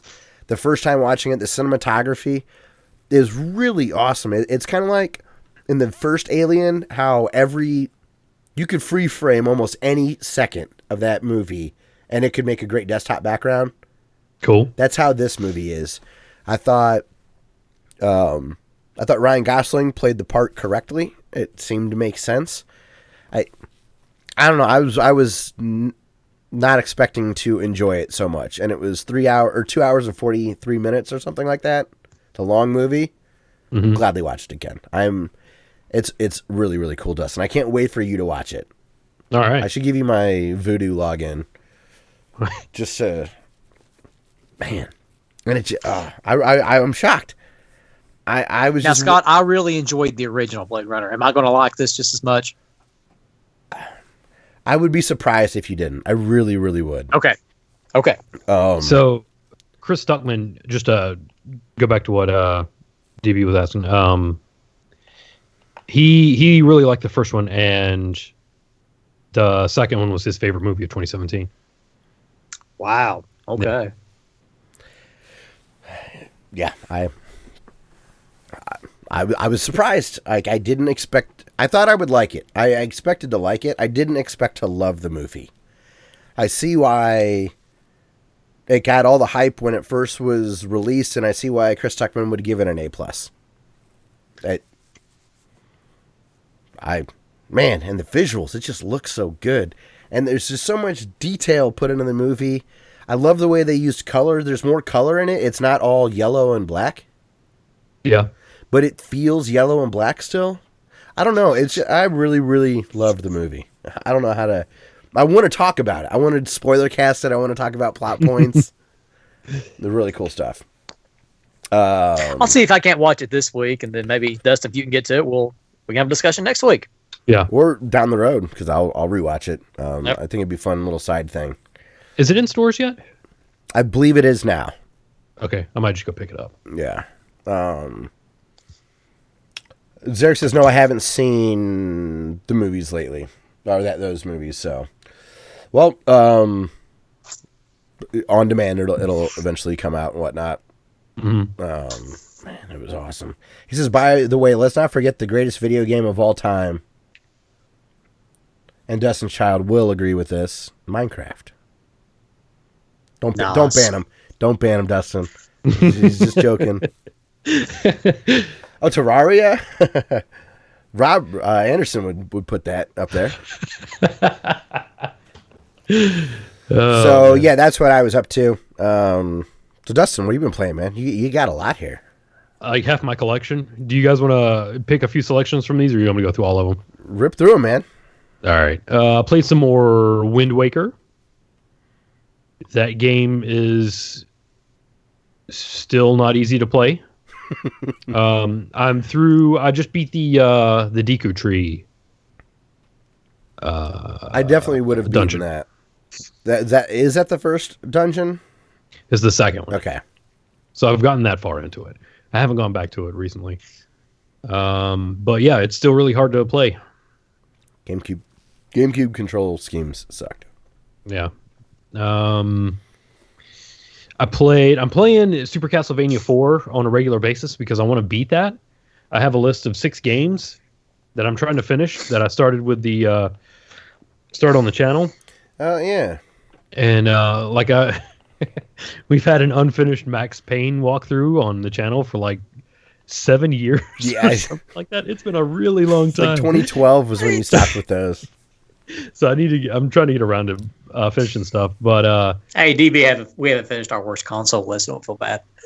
The internet, despite the net neutrality scare, the internet is not going away. Don't worry.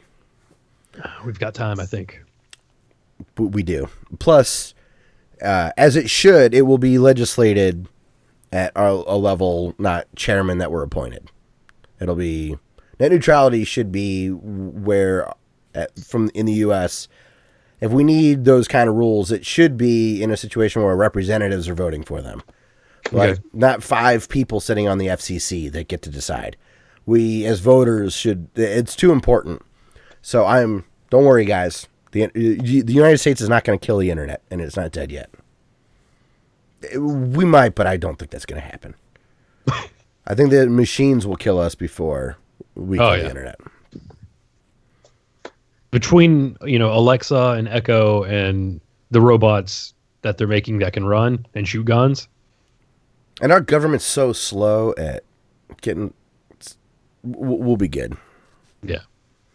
I did think it was really interesting, the PR bump that AT&T and Comcast tried to give themselves. They're like, oh, we get this tax cut and there's no net neutrality. Everyone that works for us gets an extra $1,000. Yeah. I was like, that's cool if you work there, but you didn't need to put that out in public. Like, that's clearly a PR move. Yeah. So, whatever. Okay, Castlevania 4, you're gonna finish it. So how are you gonna finish it? Are you just gonna have to play up to where you left off and start recording? I played it on my Wii. So do you have a save Wii U, state? Actually. So yeah, I had a save state. Okay, nice. From 2014. So I've been practicing the last couple of levels, stages A and B. Cool. I'm getting all right at it.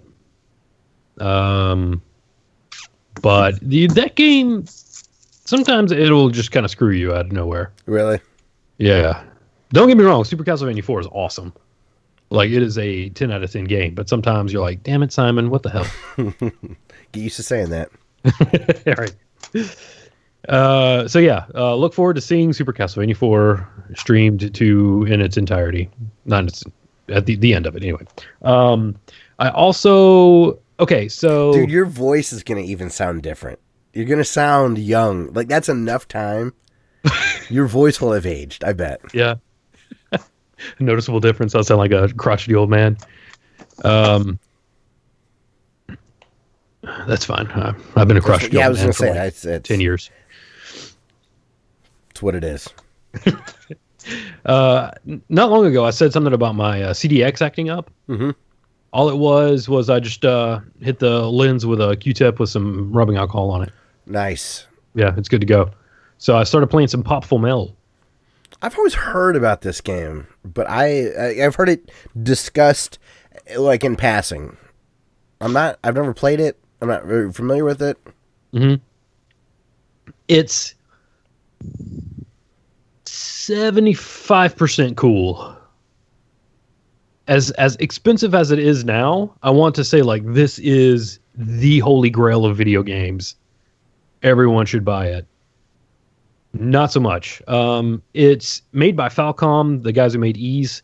Okay. So it's a 2D side scroller. It's a little loosey goosey. Your main character, Popful Mail, she is really fast. You have multiple characters in there. So like the third guy, he can jump really high, but he's slower, and I would kind of recommend using him in areas you've never played through before. Okay. Because you don't know what's going to happen, what's coming at you. There are no real... I think you have like 40 frames of invincibility after getting hit. So if you're moving really fast, when you fall, you don't take damage. Like when you fall from a really high place. But you hit the ground and have like a stun animation, but you're still able to get hit. So like I've had 100 hit points, run off a cliff, fall, land on an enemy, go into my stun animation, and the enemy follows me, so I get hit for like 40 to 60 hit points. So it's like... That's really punishing. And if you're moving that fast, that's not the player's fault. Right. Yeah, and it does a thing where you're 2/3 of the way to the screen. I don't know why anyone would do that. If you should be flipped the other way, right, or lock that screen for like Double Dragon style. If you really need to, yeah, that drives me crazy in itself. But So what I've done is I just grinded a bunch. See, there's no leveling, so you can't level and get stronger. Okay. But you can make money and use the money to buy a crap load of healing items. Gotcha. And that's basically the way I'm getting through the game now. Maybe now that I kind of have an idea of what it is, I'll like subsequent playthroughs will be like, oh, I get what's happening here. I know when I can get the better weapons or the better armor, the better shield. Maybe it'll be a little bit better, but man, my first impression was not great. I mean, it's a highly rated game according to Wikipedia. Yeah. Some cool audio, it sounds like. As far as the it looks like they used it looks like there was some in the US version. There was some audio issues. They needed to compress the sound a little bit, looks like. It's published by Working Designs in the United States. Produced Lunar. Yeah, wow. Hey, there you go. Uh-huh. It does have fully voiced and animated anime cutscenes. Those are cool. Hell yeah. It has a lot of breaks when you talk to people in like when it doesn't go to the cutscenes, you'll have just your little 2D characters in the normal game, and they'll still talk to each other. Use fully voiced. And when you switch characters, the lines differ. Really? Yeah. So there was a lot of work put into it, but it was not in the gameplay department. What are you gonna do? But I'll definitely finish it, and I'm glad I own it. But it's not as good as I wanted it to be. It happens. Yeah. You're a snob. You're a old Sega CD snob. That's right. I expect perfection from my video games. Zarek says, we got a couple things. Night Fox says, I personally love Terraria. Says it's one of the few ways I can bond with my younger brother on the other side of the country. It's definitely cool. Said I'm flying to visit him and my mom for his birthday in like a week and a half. Hey, happy birthday. My little sister has a birthday in like a week and a half, and that must be a bummer to go from Christmas to a birthday. And then we'll have to wait a year. Yeah. And Zarek asks Dustin if you've ever played any more Secret of Evermore. I haven't. That commercial you posted on Twitter was awesome. Wasn't it? That was great. What happened? Oh, I was playing around with that dumb capture device trying to get it to work. And I kind of broke off playing that, but I'll get back to it. Cool. Plus, I got a bunch of other games for Christmas. I've been playing those. But I do want to go back to it and play it because I was actually really enjoying what I was playing so far. So I saw on Twitter, Danmaku Unlimited 3 came out. Okay. That is the bullet hell shooter on the iOS devices. Oh, yeah. With the super awesome soundtrack. What platform did you get it on? Dude, it's only $4 right now on Steam. Yeah. Go for it. Oh, man, I forgot it was on Steam. I bet that's awesome. I got it on iOS. Should I play? Yeah, it's $1 on Google Play right now, or $4 on Steam. What would you recommend? Dude, go do both. Okay, all right. That way you can play it on the go and at home. Not opposed to that option. But yeah, I put up a video of Danmaku 2 on our channel. And 3 is just as awesome. It's actually pretty cool because I got it on. It has graphics settings, so nice. I put it on my old iPad, and it looks like downscaled. I mean, like it looks kind of crappy, but it works. It plays awesome. Hell yeah. That's cool to see that in the Apple environment. Mm-hmm. Yeah, I was really impressed. So yeah, go Danmaku Unlimited 3. It's really good. Hell yeah. Tiny Barbarian. I picked this up. So I've come to the conclusion that, like, what do you call them? Dirty Santa parties? Yeah, white elephant gift, that kind of thing. White elephant, yeah. That kind of. They're so dumb. So I got a dumb gift from Target to use at this white elephant party. And I got a Target gift card at the party. Okay. And I felt like that's the only time I've ever gotten anything good out of White Elephant Party. And the gift card was $15. So I got back what I spent. So what I was looking on Target for, like, well, what am I going to spend this stupid gift card on? And I picked up Tiny Barbarian. Did you get it on the Switch? On the Switch, Tiny Barbarian DX. And this game is pretty rad. Yeah. Think of a faster Mega Man where you use a sword. Like, I didn't play the X games really, but and that 2000XX, that roguelike, there's a red character with a sword. Does Zero have a sword in Mega Man X? He does. Okay. Yeah. Does this kind of feel like an 8-bit version? It looks cool. Does it feel like Zero made it to Mega Man 2? Yeah. Okay. And it's faster. Because you just move around so fast. But so the game, the packaging is awesome because it has, this is what it looks like on the outside, and then it has a reversible insert. Hell yeah, I love that. And it came in this little cloth baggie, a keychain of him like riding a bee. Your little that's tiny cool guy, and a full color instruction manual. Really? Yeah. And how much was that physical copy? It was like $30. Really? Yeah. If $30. Next time, if I'm at like Meijer or something and I see that, I'll pick that up if that's in stock. That looks great. Yeah, it looks awesome. It has 2-player drop in, drop out co-op. Nice. I haven't played it with Solly yet, but it's funny. Like if you hit down, I think it's down, you flex. Like you flex your muscles, and if like smaller enemies run into you, it kills them. Really? Yeah, you can kill them with flexing. All right. So I made it to the second stage of the, I think there are like 4 zones. Okay. And as you're going through the zone, it shows you a map, like Super Ghouls and Ghosts style, or maybe, well, it looks more like Super Ghouls and Ghosts, but Castlevania does something similar. Where it kind of shows you, like, this is what this level is going to look like.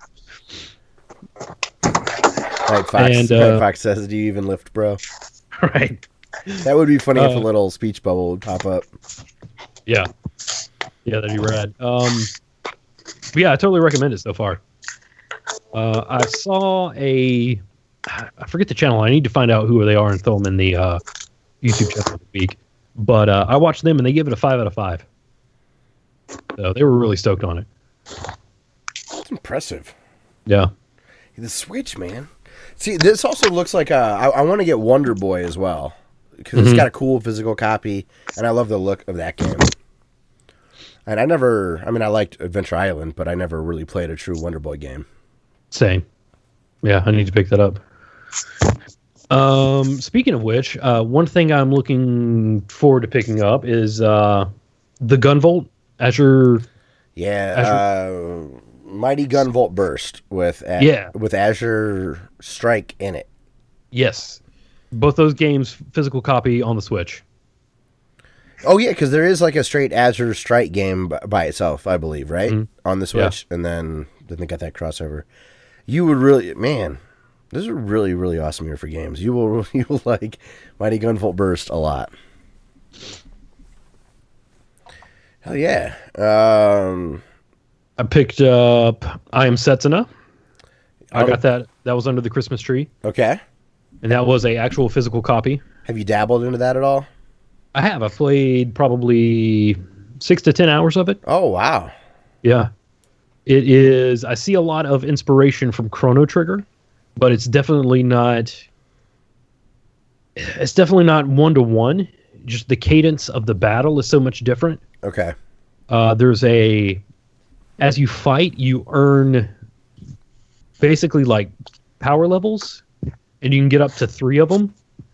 And once you select attack, you select your enemy, and right before you attack, there will be like a burst of energy above your head. And if you hit the Y button when that's up, you'll cause more damage.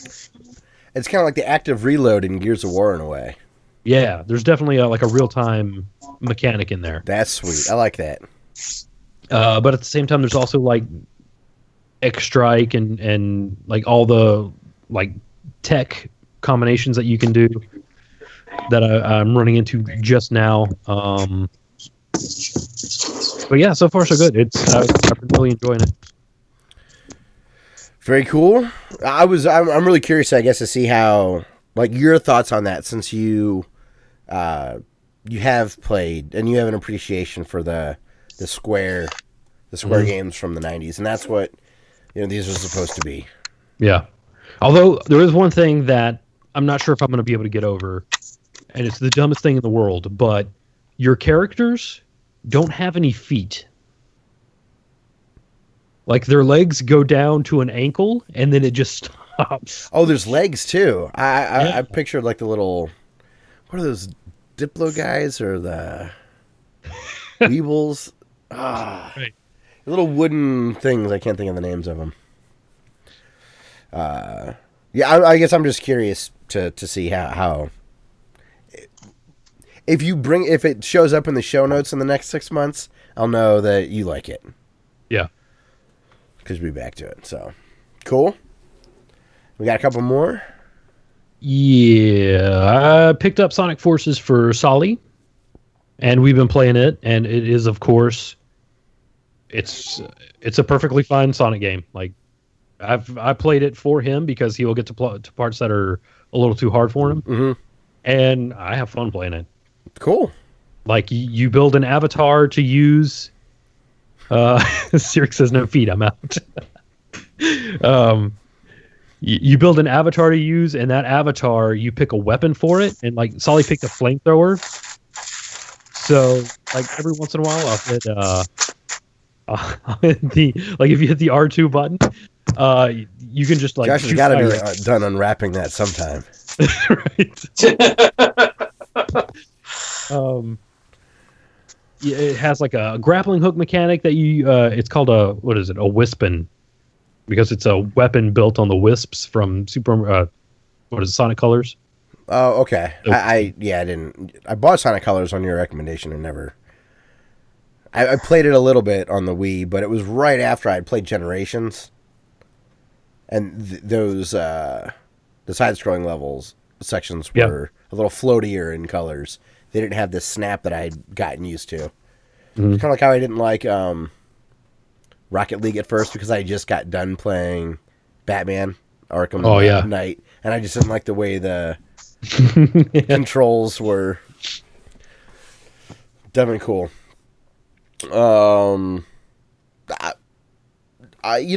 Sonic Forces, everyone, it didn't get bashed in the way that Boom did, so I'm not surprised to hear that you like Sonic Forces. The Giant Bomb guys treated that game like you hit start and it gave you brain cancer. Oh, Sonic Forces? Yes. They're doing you a service, because Sonic is consistently exceeding your expectations. Yeah. I mean, I bought it before I listened to them talk about it, but man. So, Dustin, are you saying it's better than Sonic 06? Yes. Yes, it is. But yeah, Sonic Forces, it's not as bad as people say it is. Cool. What platform did you get that on? Switch as well? Switch, yeah. Hell yeah. Oh, Wild Arms? This is Wild Arms? That's a good game. Hey, we got Benjamin Martin. Good to see you. He says, hi, gents. I just saw that I like you missed the PS1 adapter topic. I just got back from New York City from visiting my parents in Ohio. Hey. It's Ohio. Cool. Hopefully they weren't in Columbus. I'll tell you what. Yeah, I was going to say, we'll send them put a link in the chat for you. Yeah. Copy. And then you gotta walk yourself through it. But lastly, you also have some more Castlevania. I do. So, oh my gosh. So, I always start to think about video game hardware around the holiday time, and I've caught myself just lusting after a Sharp X68000, which is this like old Japanese computer that it had a version of Akamajo Dracula released for it. Okay. And before I die, I will own that. But until then, I own the PS1 port, Castlevania Chronicles, which has the original and like an arranged version of that game. Cool.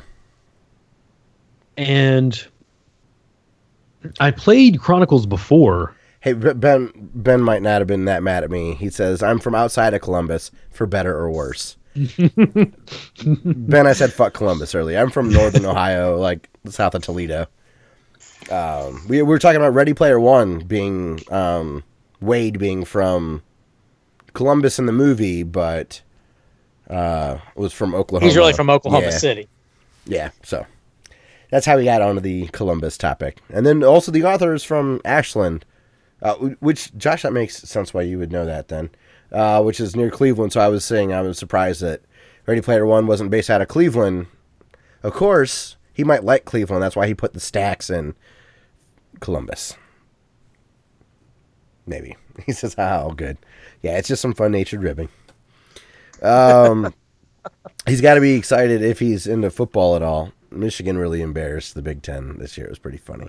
If you don't like Michigan, this was a good year to not like Michigan. I'll say it that way. If you hate them, you had a good time. Okay, sorry. So Castlevania Chronicles, you got the PS1 copy. Yeah. And all the different extra stuff. He says we saw the trailer recently. We all cringed. I saw the trailer recently. We all cringed. You've talked about Chronicles before on the show. I played it a little bit, but I never really put any effort into it. And after seeing footage of it playing on the 68,000, I went back to that, and it is so good. It is excellent. Yes. Imagine just an awesome remake of the first game, the first Nintendo Castlevania. Okay. It's super. I mean, it's difficult. After I'm in stage 4 now, and every time I get hit by any enemy, it takes 4 hit points. So it is getting punishing, but you can save. So I saved it there, and I can start that level anytime I want. I got to say, the Sharp 68,000 has probably the best PC case of all time. Right? That thing looks awesome, doesn't it? It looks really cool. I love the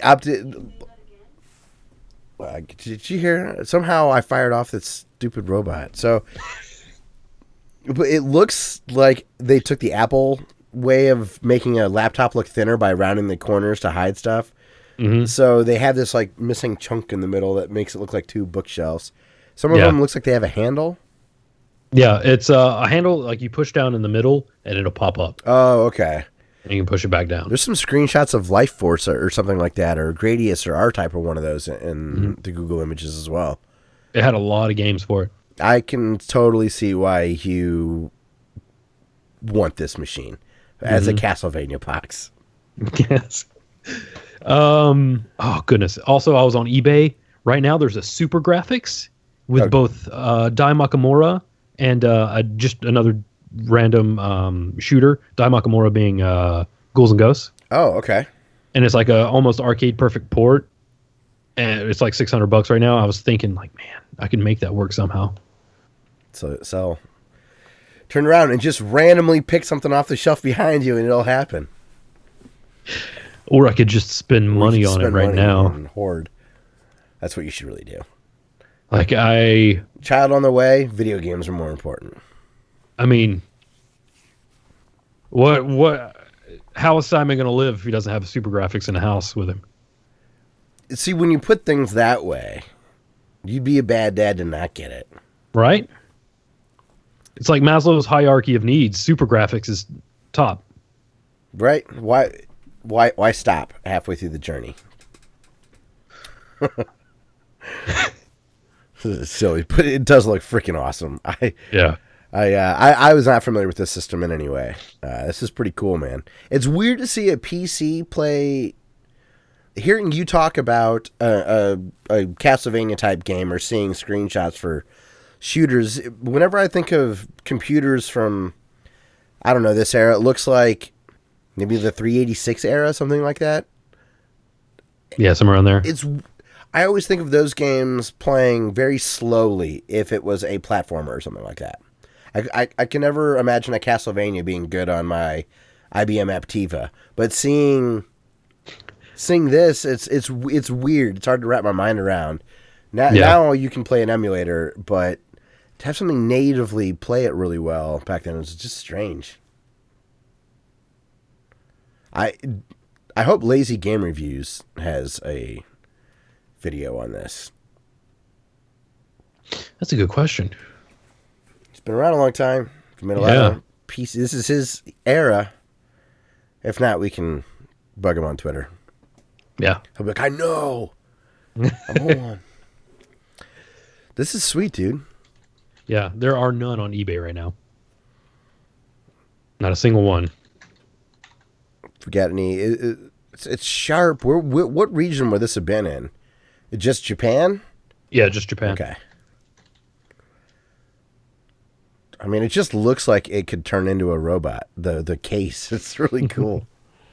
So, good deal. All right, well, anything else you want to chat about this week? Because we've been going a long time, so I want to burn through comments and then call it a show.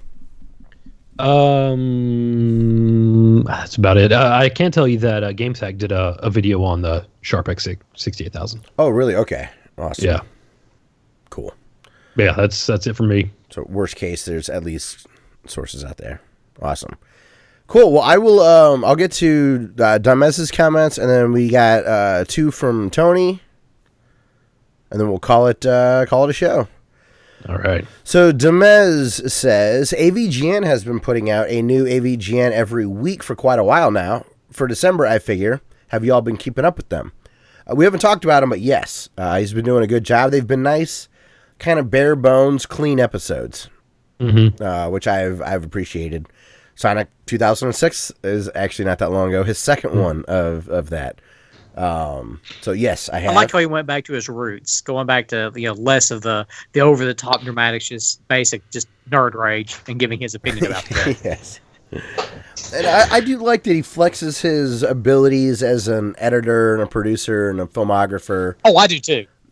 But I agree, man. It's nice to see him just like seeing an acoustic set of a rock band that you like when they were just real minimalist before. It's cool. Zarek says, I've heard of people talking about old PC shells and building top-of-the-line super powerful gaming machines with them. Somebody should do that with those Sharp cases. But if they're that, yes, it would be cool to gut one of those and cram some. It better be broken. Irreparable. See, that's the thing. Like, it's scary to do that. Yeah. Maybe it was engineered to be modular, though. Yeah, I'm sure there is some modularity. I've seen some people taking theirs apart, but Zirk also says Street Fighter 2 voice Japan, and I did that. I was with my in-laws, like they have big family dinners every Sunday, and I was sitting at the table surrounded by my wife's family, and somebody said Japan, and I just out of the blue just went Japan, and everybody like looked at me like no one stopped talking. But they all looked at me like, "What the hell's wrong with this guy?" Because nobody's played Street Fighter 2, and if they did, then nobody remembers the announcer voice. You actually did you had the tone right there. It sounded like a good Brazil, USA, China, USSR. Dumbass says the actual biggest gaming controversy of 2017 is obviously Battlefront 2 controversy, loot boxes, gaming, etc. He says the Atari box will never exist. He says, I have a Super Mario toothpaste. I got it from eBay and it's awesome. I love how he knows what it tastes like. That's beautiful. He says, tastes like fruit, not like mint. I want mint. Like I didn't like the Ghostbusters Slimer toothpaste. It wasn't minty. I didn't care for that. He says, I got an awesome game idea. Any virtual console game that comes out, if it had a Nintendo power guide back in the day. They should include it when you pause the game to read the instructions. He said, how awesome would that be? Also, any relevant Nintendo Power articles about the game too. Nintendo is sitting on a gold mine here. We would rebuy some old games just for that feature for sure. I agree. That's an excellent idea. That's actually, it wouldn't surprise me for Nintendo to do that. That's a nice Nintendo polish thing. Or if we could just get Blizzard to do Nintendo's Virtual Console, Blizzard have that stuff in there. Right? That's what's up. Benjamin says, not like pepperoni. I wonder if that was an autocorrect. He says, we need Amazon Tube to make YouTube get their shit together. Yep. Yeah. Says, I have an old Roxio game cap on the shelf, but I am surprised. I'm surprised I did not know that it supported 240p. I am very surprised he didn't know that either. He said if it were the Super Show era, probably would be toothpaste like pepperoni. If not, okay, the toothpaste. Chat delay. Pepperoni toothpaste would be horrendous, but yeah, I could see, especially in the 90s, they would have had pepperoni flavored toothpaste, or pizza flavor is probably what they would have called it. Or like Think Geek used to do like bacon flavored toothpaste. Oh, really? Yeah. No thanks. That's a good white elephant gift. Too far. Yeah. Or bacon flavored soda. I've heard of that. That's gross. He says, after playing Wind Waker on Wii U and beating it, GameCube Wind Waker is unplayable. Among the camera problems and backwards looking, he says it does not have the fast sail. The fast sail is so good in the HD one. He says, and they also shortened the final Triforce quest, which is better. I might just need to upgrade. Do I have... if I have the disc, I'll send it to you. I don't remember if I have the disc or just digitally. He says, Scott, if you are dead inside and you feel that laughing is bad, then you will not like the new Hulk movie. It was excellent and lots of fun, but definitely a comedy. I like Star Wars, and they went way too hard on stupid comedy. So it must have been something about Guardians of the Galaxy outside of the comedy. I was pretty hard on it about that, but there's got to be more to it. I didn't care for the first one that much. And sorry, Kevin, I still haven't. It's sitting there on Netflix, and I have not gone back and finished the last half hour of Guardians. It's Josh Whedon's fault. Was he? He directed the Avengers, and that's how it was in the Avengers. And then everybody just has been trying to top that. Is that in Disney? It's weird. It's weird how much Marvel and Star Wars feel the same. You would anticipate that, I guess, but yeah. Also, I want to give a shout out. I got to read this comment. Okay. Someone commented on my Contra video where I beat Contra without dying. Mm-hmm. And they said, this game is ableist. It should have a skip button and a super easy difficulty for people who can't play hard games. Also, it's sexist because you can't play as a female. It's also transphobic because you can't play as a tranny, but you kill a big alien tranny-looking thing. He says, the violence that's against the LGBT community. He says, it's also racist that there's no black main character that is liberated from white supremacy. Also, it's xenophobic because you literally kill aliens for no reason. This game is too hard, and how am I supposed to see all the content if it doesn't let me beat it easily? He says, problematic. So I responded by saying you'd be good at writing for The Onion or BuzzFeed. Yeah. Take your pick. It feels like it was just weird because this isn't a name that I recognize from our chat. Yeah. So we've joked about Not The Onion, and we've joked about this kind of stuff before. Yeah. But I think that they just randomly dropped that in there. There's just someone raging about that stuff out there. It's like, I'm going to write a satirical comment on a Contra Let's Play because that's what YouTube's turned into. Why not? It was well written, though.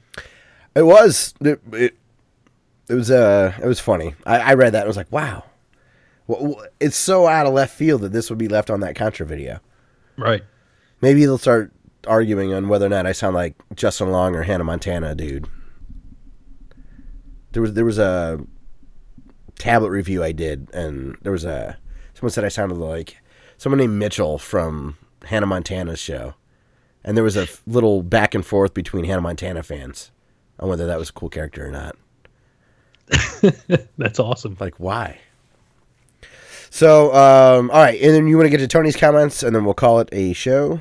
All right. Comment number 1. Hey, guys. Merry Christmas. By the time you read this, Christmas Day will have been here and gone. Hope you enjoyed it. I picked up some sweet board games thanks to my awesome wife. I have some local friends, and the game store has a board game night on once a week.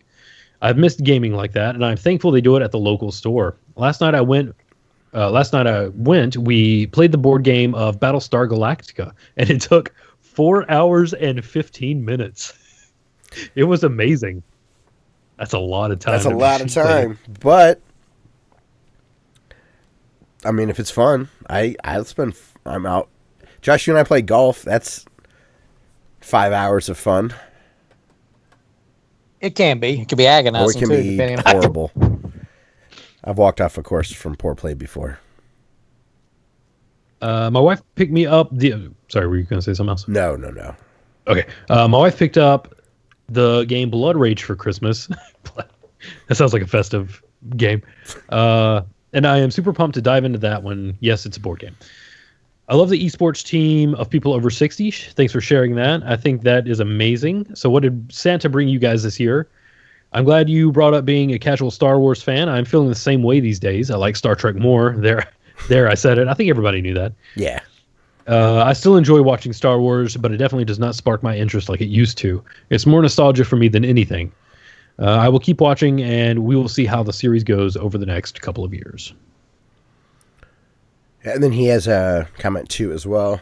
Comment number 2, line of the week from Scott. If all you need is games, man, the Switch is really incredible right now.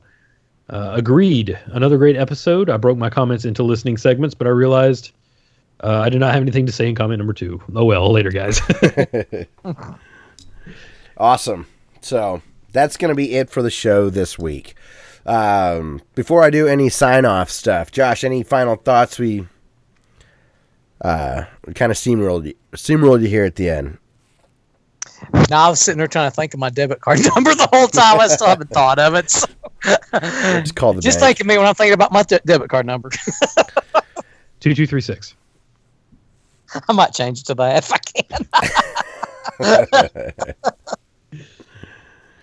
can. But yeah, man. Anything coming up this weekend? Or are you gonna have a nice, relaxing time? More Mass Effect? Whenever the time rolls back around, I'll probably do that. Watch a little college basketball. Watch the national championship next week. Yeah. And football, college football. Watch the playoffs. So yeah, a little bit of sports, a little video games. Try not to freeze outside. Yeah, no good kidding. stuff. Good deal. Well, all right, everyone. That's going to be the show for the week. So thank you to everybody in chat that's been joining us this whole time. I really appreciate it. So, yeah. Yasha Kitten and Night Fox, Kevin, it was good to see you when you were here. Vep, Rick, I know they've been here before, and I've stumbled over the name.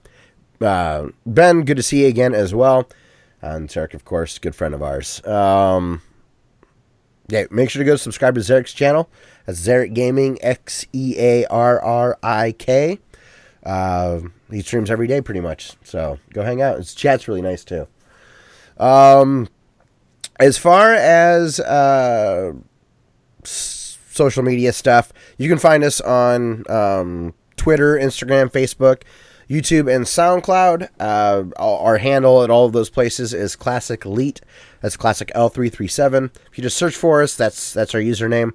The audio version of our podcast is available in a variety of places. You can get it on every episode of our podcast is on our website, classicelite.com.